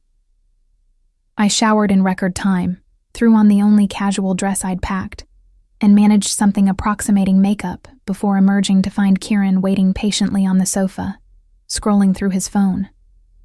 "Ready," I announced. He looked up, and something in his expression made my breath catch. Appreciation, desire, something warmer than professional interest. "You look beautiful." I look like I just woke up, because I did. Still beautiful. He rose, offering his arm. "Come, let's get you fed properly." The restaurant was tucked down a cobblestone alley in Covent Garden, the kind of place only locals would know about. We ate fish and chips and drank beer and talked about everything except work, my childhood, his travels, favorite books, the places we'd like to see someday. It felt like a date. Felt like 2 people getting to know each other without the complications of business and boundaries and questionable ethics. For a few hours, I let myself forget about gray areas and warnings from his brother and ex-boyfriends who appeared in dark alleys. Walking back to the hotel through London's lamplit streets, Kieran's hand found mine, and I didn't pull away. Didn't remind him about professional distance or appropriate behavior. I just held on, letting myself enjoy the simple pleasure of connection. At my suite door, he paused. "Thank you for today. You exceeded every expectation." "Thank you for bringing me. This has been incredible." He leaned down slowly, giving me time to retreat. When I didn't, his mouth found mine in a kiss that was gentle, searching, full of restrained want. I kissed him back, my hands coming up to rest on his chest where I could feel his heart beating as fast as mine. "Lily," he murmured against my lips. "Tell me to leave. Tell me this is too fast, too complicated." "It is," I whispered. "All of that. But I don't want you to leave." The admission felt like stepping off a cliff. I should, but I don't. His smile was slow, dangerous, beautiful. "Then I won't." He backed me against the door, his body pressing mine into the solid wood as his mouth claimed mine more thoroughly. My hands tangled in his hair, pulling him closer, and when his knee pressed between my thighs, I gasped against his mouth. "Inside," he growled. "Now. Before I forget we're in a hallway." I fumbled with the key card, my hands shaking too much to get it into the slot on the first try. Kieran's mouth was on my neck, teeth grazing sensitive skin, making coherent thought nearly impossible. Finally, the door opened, and we stumbled into the suite, shedding clothes between the entrance and the bedroom. His shirt, my dress, shoes kicked off and abandoned. By the time we reached the enormous bed, we were down to underwear and desperation. "Tell me you want this," Kieran demanded, hovering over me, his weight braced on his arms. "Tell me you're sure." "I'm not sure about anything," I admitted, reaching up to trace the line of his jaw. "But I want you anyway." Well, that was apparently the answer he needed. What followed was intense, overwhelming, everything I'd been denying wanting since that first kiss in Mrs. Chen's shop. Kieran was focused, attentive, learning what made me gasp and moan and arch against him with the same methodical precision he brought to everything else. Afterward, tangled in expensive sheets with my head on his chest, listening to his heartbeat slow to something approaching normal, I felt the weight of what we'd just done settling over me. "This changes everything," I said quietly. His arm tightened around me. "Does it have to?" "We work together. I can't be objective about authenticating your pieces if we're—" I gestured at our naked bodies. "If we're this. Then we keep it separate. Business is business. This is this." He tilted my chin up, forcing me to meet his eyes.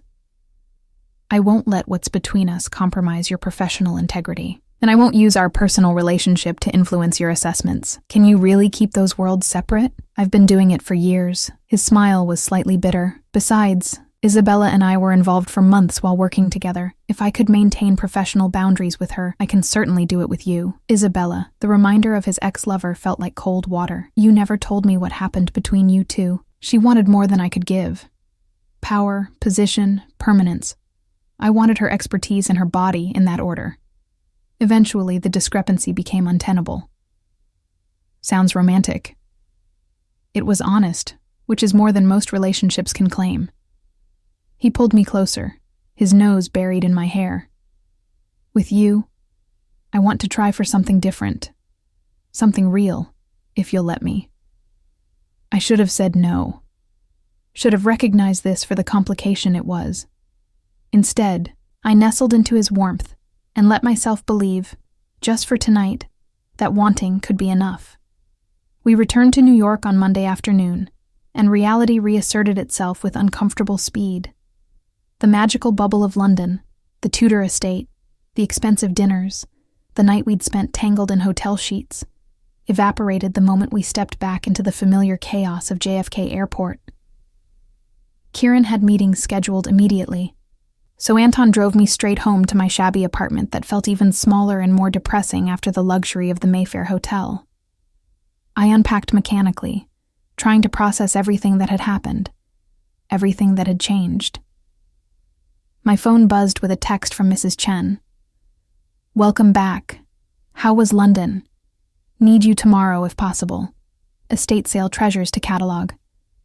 And just like that, I was back to being regular Lily, who worked in an antique shop, not the version who flew first class to Europe and authenticated Tudor collections and slept with dangerous, complicated men who dealt in gray areas.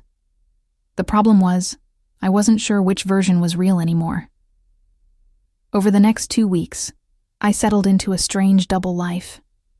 Days, I worked at Ambridge Antiques, cataloging Victorian jewelry and explaining the difference between genuine Art Nouveau and reproductions to customers who mostly couldn't afford either.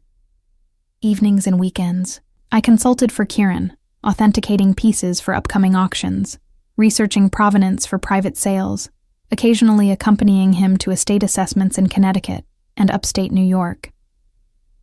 We were careful to maintain professional boundaries in public. No touching beyond what was necessary. No lingering looks. Nothing that would suggest our relationship was anything more than business. But in private, behind closed doors, we were something else entirely. Intense. Consuming. Complicated in ways I didn't know how to articulate even to myself. I told myself it was just physical. Just the thrill of newness and the intoxication of finally feeling wanted after 2 years of rebuilding myself piece by piece. But then Kieran would do something like remember how I took my coffee, or text me articles about newly discovered Tudor artifacts, and I'd feel something shift in my chest that had nothing to do with physical attraction. I was falling for him. Despite every warning, despite every red flag, I was falling hard. "You're glowing," Mrs. Chen observed one afternoon, her sharp eyes missing nothing as I catalogued a collection of vintage brooches. "This work with Mr. Volkov, it agrees with you." "It's fascinating," I admitted, which was true, if not the whole truth. "I'm learning so much, seeing pieces I never would have encountered otherwise." "And the travel? Not too overwhelming?" "Actually, I love it. Seeing different places, working with different collections. It's expanded my entire perspective on what's possible in this field." I set down a particularly beautiful Art Deco piece, a starburst design in diamonds and platinum. "Mrs. Chen, I need to talk to you about something." She set down the inventory sheet she'd been reviewing. "You're leaving. Not immediately, but yes, eventually." The words felt both liberating and terrifying. "Kieran has offered me a permanent position as his primary authentication consultant. The pay is significantly more than I make here, and the opportunity to work with high-value pieces, to build a reputation in the international market. It's everything I've been working toward." Mrs. Chen nodded slowly, unsurprised. "I suspected this was coming. Mr. Volkov is not a man who shares easily. If he wants your expertise exclusively, he'll ensure he has it. I feel terrible leaving you, after everything you've done for me." "Stop." She held up a hand. "I hired you 2 years ago because I saw potential. Now that potential is being recognized by someone with far more resources and connections than I have, I would be a fool to stand in your way, and a worse friend." Tears pricked my eyes. "You've been more than an employer. You gave me a purpose when I needed one desperately. And now you have a new purpose, one that will take you places I never could." She came around the counter to take my hands. "But Lily, be careful. The world Mr. Volkov inhabits, it's not always kind to outsiders. And it's not always honest, even when it appears to be." The warning lingered with me as I finished my shift and headed home. Mrs. Chen wasn't the first person to caution me about Kieran, about the dangers of getting too close to a man whose business dealings existed in moral gray areas. But she was the first who knew me well enough to understand that I was already in too deep to extract myself easily. My phone rang as I climbed the stairs to my apartment. Kieran's name lit up the screen. "Hi," I answered, fumbling with my keys. "Are you home?" His voice was tight, controlled in a way that set off alarm bells. "Just getting there now. Why? What's wrong?" "Don't go inside. Turn around and leave the building. Anton is 2 minutes away. He'll pick you up." My hand froze on the doorknob. "Kieran, you're scaring me. What's happened?" "Your apartment was broken into. Anton noticed the door was ajar when he drove by on his way to pick me up from a meeting nearby. He checked the perimeter and called the police, but we need you away from there until we know it's secure. The bottom dropped out of my stomach. Someone broke into my apartment? Why? I don't have anything valuable. I don't know yet. That's what we're going to find out. But Lily, until we do, you're not staying there. It's not safe. I wanted to argue, to insist on seeing the damage myself, but the edge in Kieran's voice suggested this wasn't negotiable. Instead, I retreated back down the stairs, just as the black Mercedes pulled up at the curb. The next 3 hours were a blur of police reports and insurance claims, and explanations I couldn't quite provide. Yes, I lived alone. No, I didn't have enemies. No, I hadn't noticed anyone suspicious in the building recently.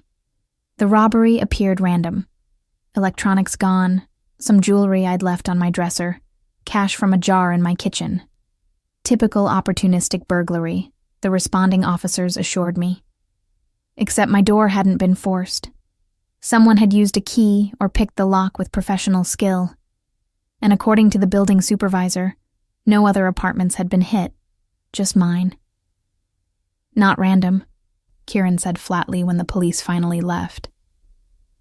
We were standing in my ransacked apartment, surveying the damage. Drawers pulled out, cushions overturned, books swept from shelves. Someone was looking for something specific.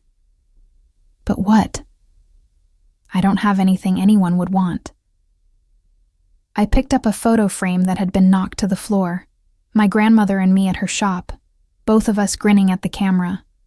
Miraculously, the glass hadn't broken. Unless, Kieran prompted. Unless it has something to do with your work, with the authentication services. I looked at him, seeing my own suspicion reflected in his eyes.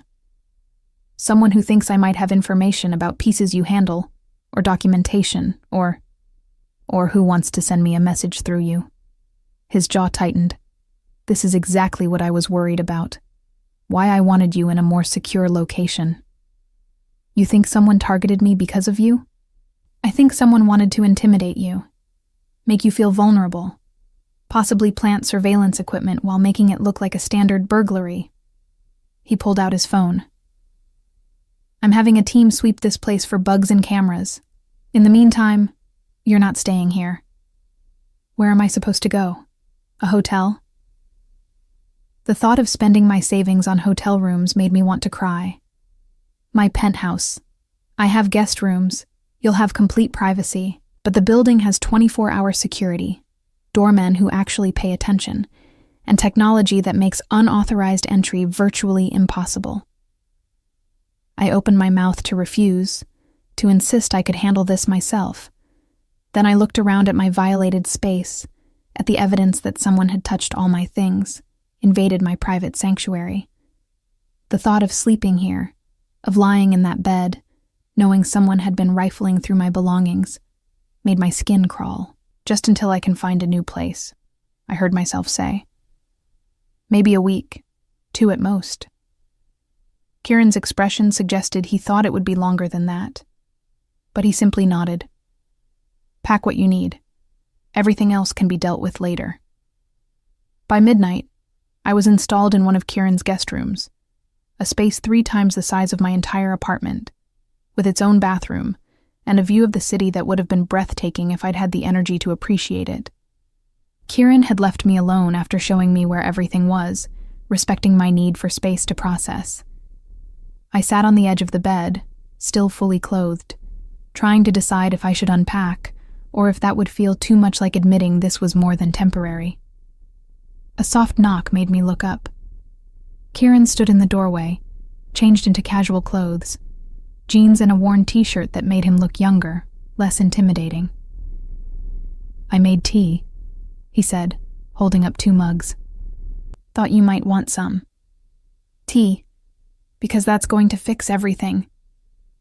But I accepted the mug anyway, letting the warmth seep into my cold hands. He sat beside me, close but not touching. I'm sorry this happened. I should have insisted on better security sooner. This isn't your fault. Isn't it? You said yourself. This might be connected to my work, to people who want to use you to get to me. His voice was tight with suppressed anger. You were right to be cautious about working with me. I've put you in danger. We don't know that for certain. The police think it was just random. The police are wrong. He set his mug down with controlled force. Lily, I need to tell you something. Something I should have told you weeks ago. My stomach clenched with dread. What? Ryan's gambling debts. They're significant, and some of them are owed to people connected to the less legitimate aspects of my world. When he saw us together at your apartment that night, when he recognized me, he may have told others. People who might think you're valuable to me. How valuable? My voice came out small. Very. He turned to face me fully. Because you are. This isn't just about work anymore, Lily. What I feel for you, it's complicated everything. Kieran, let me finish. His hand found mine, fingers intertwining. I've been in this business long enough to know when someone's being targeted for leverage. The break-in wasn't about stealing your things. It was about demonstrating access, showing that you're vulnerable. If Ryan's creditors think I care about you, and I do, more than is probably wise, they might try to use you to negotiate his debts. The implications settled over me like a shroud. How much does he owe? 50,000, maybe more by now, with interest. At my shocked expression, he nodded grimly. Your ex-boyfriend has expensive habits and poor judgment about where to indulge them. $50,000, an amount Ryan could never repay on whatever salary he made. An amount that turned me from a person into a bargaining chip. What do we do? I asked, hating how helpless I sounded. We make you impossible to reach. You stay here where security is absolute. You don't go anywhere alone. And we consider going public with our relationship. Make it clear that harming you would bring down consequences no one wants to face. Go public. You mean like an actual couple? Isn't that what we are? His thumb traced circles on the back of my hand. Or have I misread this situation entirely? No. I mean, yes, we're something. But Kieran, I don't know if I can handle being publicly associated with you, with what people think you are. And what do people think I am? A criminal. Someone who operates outside the law, who's connected to dangerous people, who hurts those who cross him. I met his eyes. Are they wrong? He was quiet for a long moment. No, they're not entirely wrong. I've done things I'm not proud of, Lily. Made compromises with morality that seemed justified at the time. I've worked with people who have blood on their hands, facilitated transactions that weren't entirely legal. But I've never killed anyone, never deliberately harmed an innocent person. And I've tried, in my own way, to do more good than harm. That's a pretty low bar for moral justification. It's the best I can offer. His hand tightened on mine. I'm not asking you to approve of everything I've done. I'm asking if you can accept me as I am, complications and all. Because I'm in love with you, and I don't know how to make that uncomplicated. The words hung in the air between us, weighted with meaning I wasn't ready to process. He loved me. This dangerous, complicated man who'd swept into my life barely 2 months ago loved me. Kieran, My phone buzzed insistently on the nightstand, Ryan's name flashing on the screen. We both stared at it for a moment before I answered, putting it on speaker so Kieran could hear. Lily, thank God. Listen, I'm in trouble. I need your help. And I know you're going to be mad, but... What have you done, Ryan? I asked, my voice flat. It's not what I've done. It's what I owe. These guys I've been borrowing from, they want their money, and they think since you're with Volkov now, you can get it for them. 50,000, Lily. If you could just ask him. I'm not asking him anything. Fury was replacing fear, hot and clarifying. You don't get to put this on me. You don't get to gamble yourself into debt and then use me as collateral. They broke into your apartment. They're not playing, Lily. If I don't get them their money, they're going to hurt both of us. Please, just talk to him. Volkov has that kind of cash lying around. It's nothing to him. Kieran took the phone from my hand, his expression cold as winter. Ryan, this is Kieran Volkov. We need to talk. Mr. Volkov, sir, I'm so sorry about all this. I never meant for Lily to get involved. But these guys, they're serious. And I thought maybe if you could see your way to helping out. Who do you owe the money to? Names. A pause. I can't say on the phone. But if we could meet... You'll meet me tomorrow, noon, the coffee shop across from St. Michael's Church. You'll bring documentation of all your debts, every penny you owe and to whom. And then we'll discuss how to keep Lily out of your catastrophically poor decisions. Thank you, Mr. Volkov. Thank you so much. Kieran hung up without responding. He handed my phone back with controlled precision, but I could see the anger simmering beneath his calm exterior. You're going to pay his debts, I said quietly. I'm going to negotiate his debts, which is different. And yes, probably, I'll end up paying some amount to protect you from the fallout. He stood, pacing to the window. But Ryan will work off every penny, even if it takes him years. He doesn't get to walk away from this consequence free. What will you have him do? Whatever I decide is appropriate. The coldness in his voice reminded me exactly who I was dealing with. Don't waste sympathy on him, Lily. He knew what he was risking when he gambled with that money. Knew those people didn't forgive debts. And when it came down to it, he was willing to sacrifice you to save himself. The truth of that statement hurt more than it should have. After everything Ryan had done, every betrayal, I still hadn't fully accepted how little I'd actually meant to him. Come here, Kieran said softly, and I went, letting him pull me into an embrace that felt like the only solid thing in a world that kept shifting beneath my feet. I will keep you safe. Whatever it takes, whoever I have to pay or threaten or destroy, you will be safe. I should have been frightened by the intensity of his promise, by the implicit violence it contained. Instead, I felt something loosen in my chest, some knot of fear finally releasing. I love you too, I whispered against his shirt. I'm terrified, and it's probably a terrible idea, but I love you. His arms tightened around me. It is a terrible idea, but I find I don't care anymore. We stood like that for a long time, holding each other in the expensive guest room, while the city glittered outside the window. Tomorrow would bring meetings with Ryan, and negotiations with dangerous creditors, and decisions about how public to make our relationship. But tonight, I let myself believe that love might actually be enough to navigate the complicated, dangerous world I'd somehow become part of, even if history and common sense suggested otherwise.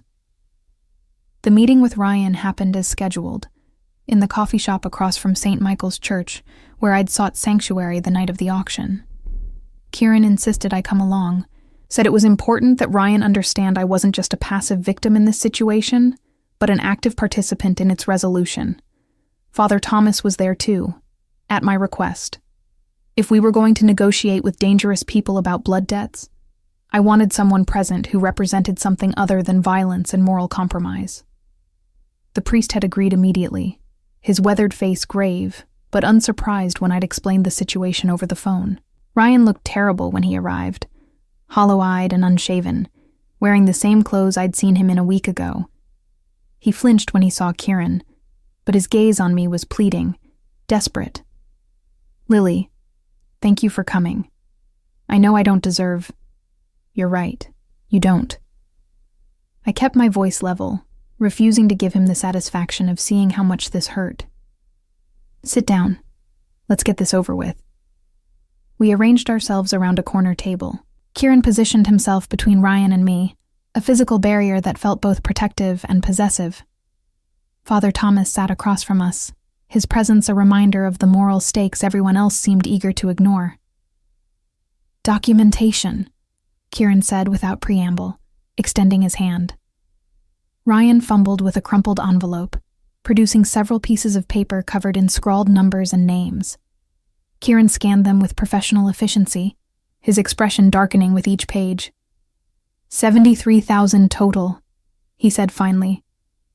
Owed to 3 different operations, one of which, he tapped a particular line, is run by Dmitry Sokolov, my assistant.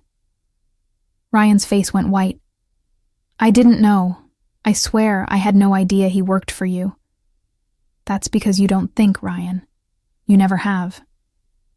Kieran's voice was controlled, deadly quiet. "Dmitry came to me last week, told me one of his regular debtors had been bragging about his connection to my girlfriend.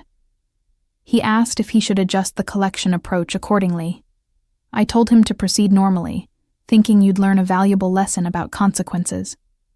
"I'm learning," Ryan said frantically. "I'm learning, I promise. I'll never gamble again.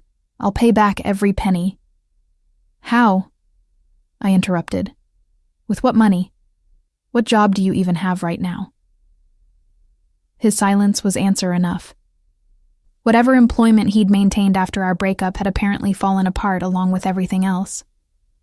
"Here's what's going to happen," Kieran said, pulling out his own paperwork, official-looking documents that he laid out with precise care. "I'm purchasing all 3 of your debts. As of now, you owe me $73,000 plus 15% interest annually until paid in full." Ryan's eyes widened. 15%? That's less than what you were paying your other creditors. Significantly less in some cases. Kieran's expression was implacable. "In exchange, you'll work for me. Legitimate work, before you ask. I have properties that need management, deliveries that need handling, paperwork that needs filing. Minimum wage, 40 hours per week, with every penny above subsistence costs going toward your debt." "How long will it take me to pay that back?" Ryan asked, his voice small. Kieran pulled out a calculator, tapped in numbers. "At minimum wage, after taxes and allowing for basic living expenses, approximately 8 years, assuming you don't miss any payments or incur additional debts." 8 years. I watched the numbers sink into Ryan's consciousness, watched him realize the full weight of what he'd done to himself. Part of me felt pity. Most of me felt grim satisfaction. "And if I refuse?" Ryan asked, though we all knew he wouldn't. "Then I sell your debts back to their original holders. Dimitri's organization is professional but firm. The other 2, Kieran shrugged. "Less concerned with legal niceties. Your choice." "I'll work for you." Ryan's shoulders slumped in defeat. "Whatever you want. Just please, keep Lily safe from all this. None of this is her fault." "I'm aware." Kieran's hand found mine under the table, squeezing once. "Which is why the terms include a restraining order. You'll have no contact with Lily unless she initiates it. You won't approach her building, her workplace, or any location you have reason to believe she might be. Violation results in immediate transfer of your debts back to the original holders." "I understand. One more thing." Kieran's voice dropped to something dangerous. "If anything happens to Lily, anything at all, accident or otherwise, I will hold you personally responsible. Do you understand what that means?" Ryan nodded quickly, too quickly, fear written plainly across his face. Father Thomas shifted uncomfortably, clearly troubled by the implicit threat, but he said nothing. Perhaps he recognized, as I had, that this was as close to mercy as Ryan was going to get in this situation. The paperwork was signed, witnessed by Father Thomas, and filed away in Kieran's briefcase. Ryan left looking like a man who'd narrowly escaped execution, only to face a different kind of prison. Father Thomas lingered, his expression concerned as he looked between Kieran and me. "Are you truly all right, Lily?" he asked gently. "Because if you need help, if this situation—" "I'm fine, Father. Really." I squeezed his hand. Thank you for being here, for witnessing this. Mr. Volkov. Father Thomas turned his attention to Kieran. I appreciate your handling of this situation with relative restraint, but I must ask, what kind of future are you building with Lily? One where violence and threats are the first response to problems. Violence is sometimes necessary, Father. Surely your own history recognizes that. Kieran's tone was respectful, but firm. I'm building a future where Lily is safe, protected, free to pursue her passion without fear. Whatever that requires, I'll provide. Even if she wants freedom from you? The question hung in the air, loaded. Kieran's hand tightened almost imperceptibly on mine. If Lily ever wants to leave, she can. I won't stop her. He met Father Thomas's gaze directly. But I will do everything in my power to convince her to stay. That's not a threat, Father. It's a promise. After the priest left, Kieran and I sat in silence for a long moment, processing what had just happened. The coffee shop bustled around us, oblivious to the life-changing negotiations that had just concluded at our corner table. 8 years, I said finally. You've bound Ryan to you for 8 years. I've given him a path to redemption. More than he deserved. Kieran's thumb traced circles on the back of my hand. And I've ensured he can never use you as a pawn again. That's worth 8 years of his mediocre labor. Is this what your world is always like? Debts and obligations and people bound to each other through contracts written in fear? Sometimes, but also partnerships built on mutual benefit, trust earned through consistent action, loyalty rewarded with protection and opportunity. He turned to face me fully. Lily, I know you're struggling with what I am, what my life entails, but I need you to understand something. Everything I've done since meeting you has been to keep you safe while giving you room to grow, to be the person you want to be. Even if that person doesn't want to be involved with someone who operates in gray areas, even then. His voice was steady, certain. Though I'd be lying if I said I wouldn't fight to keep you, would try to show you that the gray areas aren't always as dark as they appear. I thought about the past 2 months, the fear and the exhilaration, the way my world had expanded beyond anything I'd imagined possible. The Tudor estate, the European collectors, the access to pieces that belonged in museums, the feeling of being cherished, protected, valued not just for my expertise, but for who I was. And yes, the darkness too, the warnings from Alexei, the jealousy from Isabella, the break-in at my apartment, Ryan's debts that had nearly pulled me under with him. I'm moving in with you, I said abruptly. Not to your guest room, to your bedroom, your life, all of it. If I'm going to be part of this world, I'm doing it fully. No more half measures. Kieran's eyes widened, something like hope and victory mixing in their depths. Are you sure? No. But I'm sure I love you. Sure that what we have is worth the risk. I leaned forward, resting my forehead against his. Just promise me one thing. Anything. Promise me we'll build something legitimate together. That the gray areas will keep getting lighter, not darker. I can't spend my life looking over my shoulder, wondering which of your business associates might decide I'm useful leverage. I promise. He kissed me softly, a seal on the vow. I've actually been working on something. A legitimate auction house, completely above board, specializing in pieces with impeccable provenance. I was going to wait until it was further along to tell you, but I want you to run it with me. Equal partners in every sense. An auction house? My mind was already racing with possibilities. Specializing in what, exactly?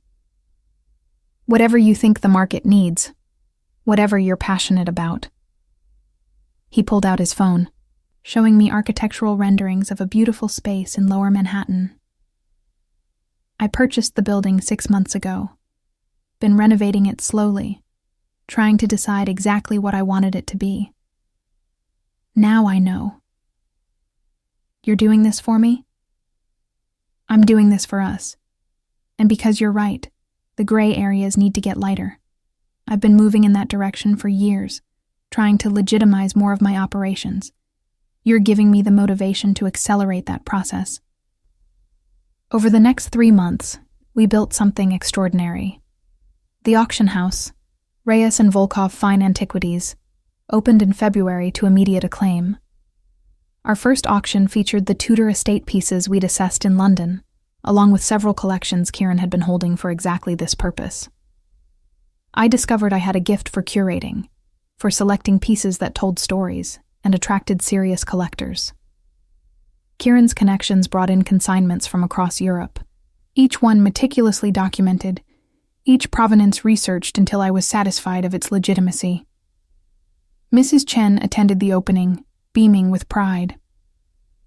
"I knew you had it in you," she said, surveying the elegant space packed with wealthy collectors and museum representatives. "Your grandmother would be so proud." Isabella showed up too, impeccably dressed and trailing a new partner, some French industrialist who apparently collected Napoleonic artifacts. She congratulated us both with perfect politeness, though the look she gave me was knowing, assessing. "He's never done this for anyone before," she said when Kieran was occupied across the room. "Built something from scratch, made himself vulnerable through legitimate business that can actually be audited and scrutinized. You must be quite special." "I'd like to think we're special together," I replied carefully. "Perhaps." She sipped her champagne thoughtfully. "Just remember that men like Kieran, they collect things, beautiful things, rare things, and they don't handle it well when their collections try to leave." The warning echoed Alexi's from months ago, but I pushed it aside. Kieran had proven himself repeatedly, shown me through action that he valued my independence as much as my presence. When a museum in Vienna offered me a position as their antiquities consultant, he'd encouraged me to consider it, even begun making plans for how we could manage a transatlantic relationship if necessary. I turned it down, not because Kieran asked me to, but because I'd realized I wanted to build something here with him more than I wanted any other opportunity. In June, on the anniversary of our first meeting, Kieran took me back to Mrs. Chen's shop. She'd agreed to close early for a private viewing, though her knowing smile suggested she knew exactly what was actually happening. "This is where it started," Kieran said, standing in the same spot where he'd first kissed me to chase away Ryan. "Where you bumped into me while fleeing from your past, and I saw your future written across your face." "You saw my future?" I laughed softly. "That's pretty presumptuous. I saw a possibility, potential. A woman who could handle herself in my world while maintaining the integrity that's always been in short supply there." He dropped to one knee, and my heart stopped. I saw the person I wanted to build a life with, if she'd have me. The ring he produced was Victorian, naturally. A sapphire surrounded by diamonds, the kind of piece I would have cataloged and authenticated hundreds of times without recognizing its personal significance. Until now. "Lily Reyes, will you marry me?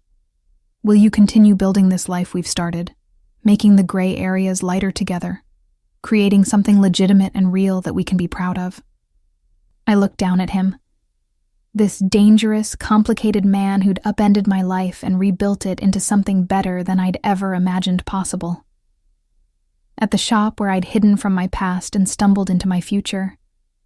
At Mrs. Chen, watching from the doorway with tears in her eyes.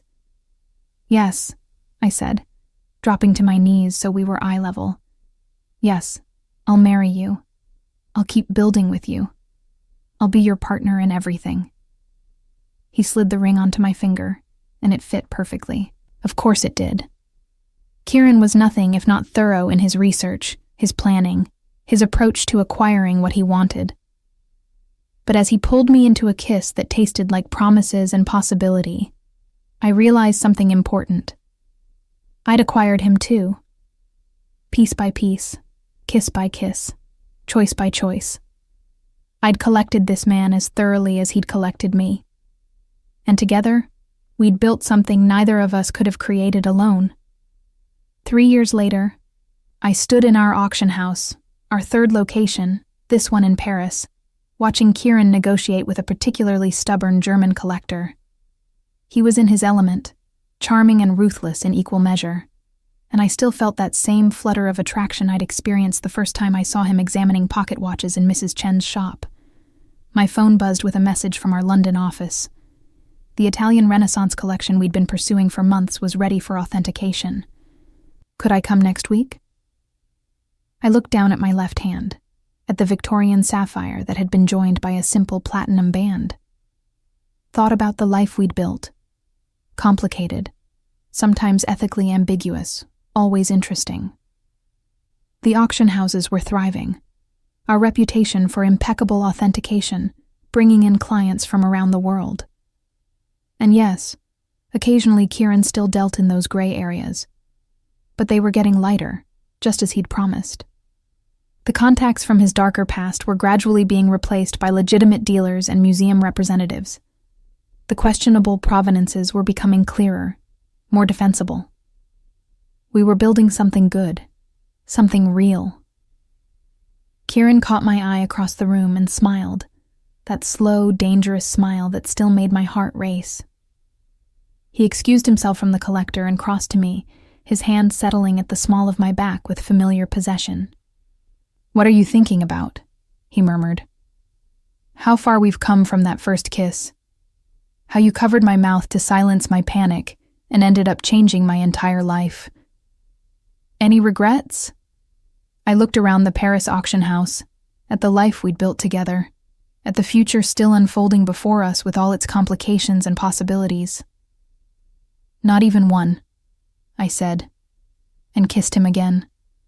There in the middle of our empire of beautiful things we'd collected together,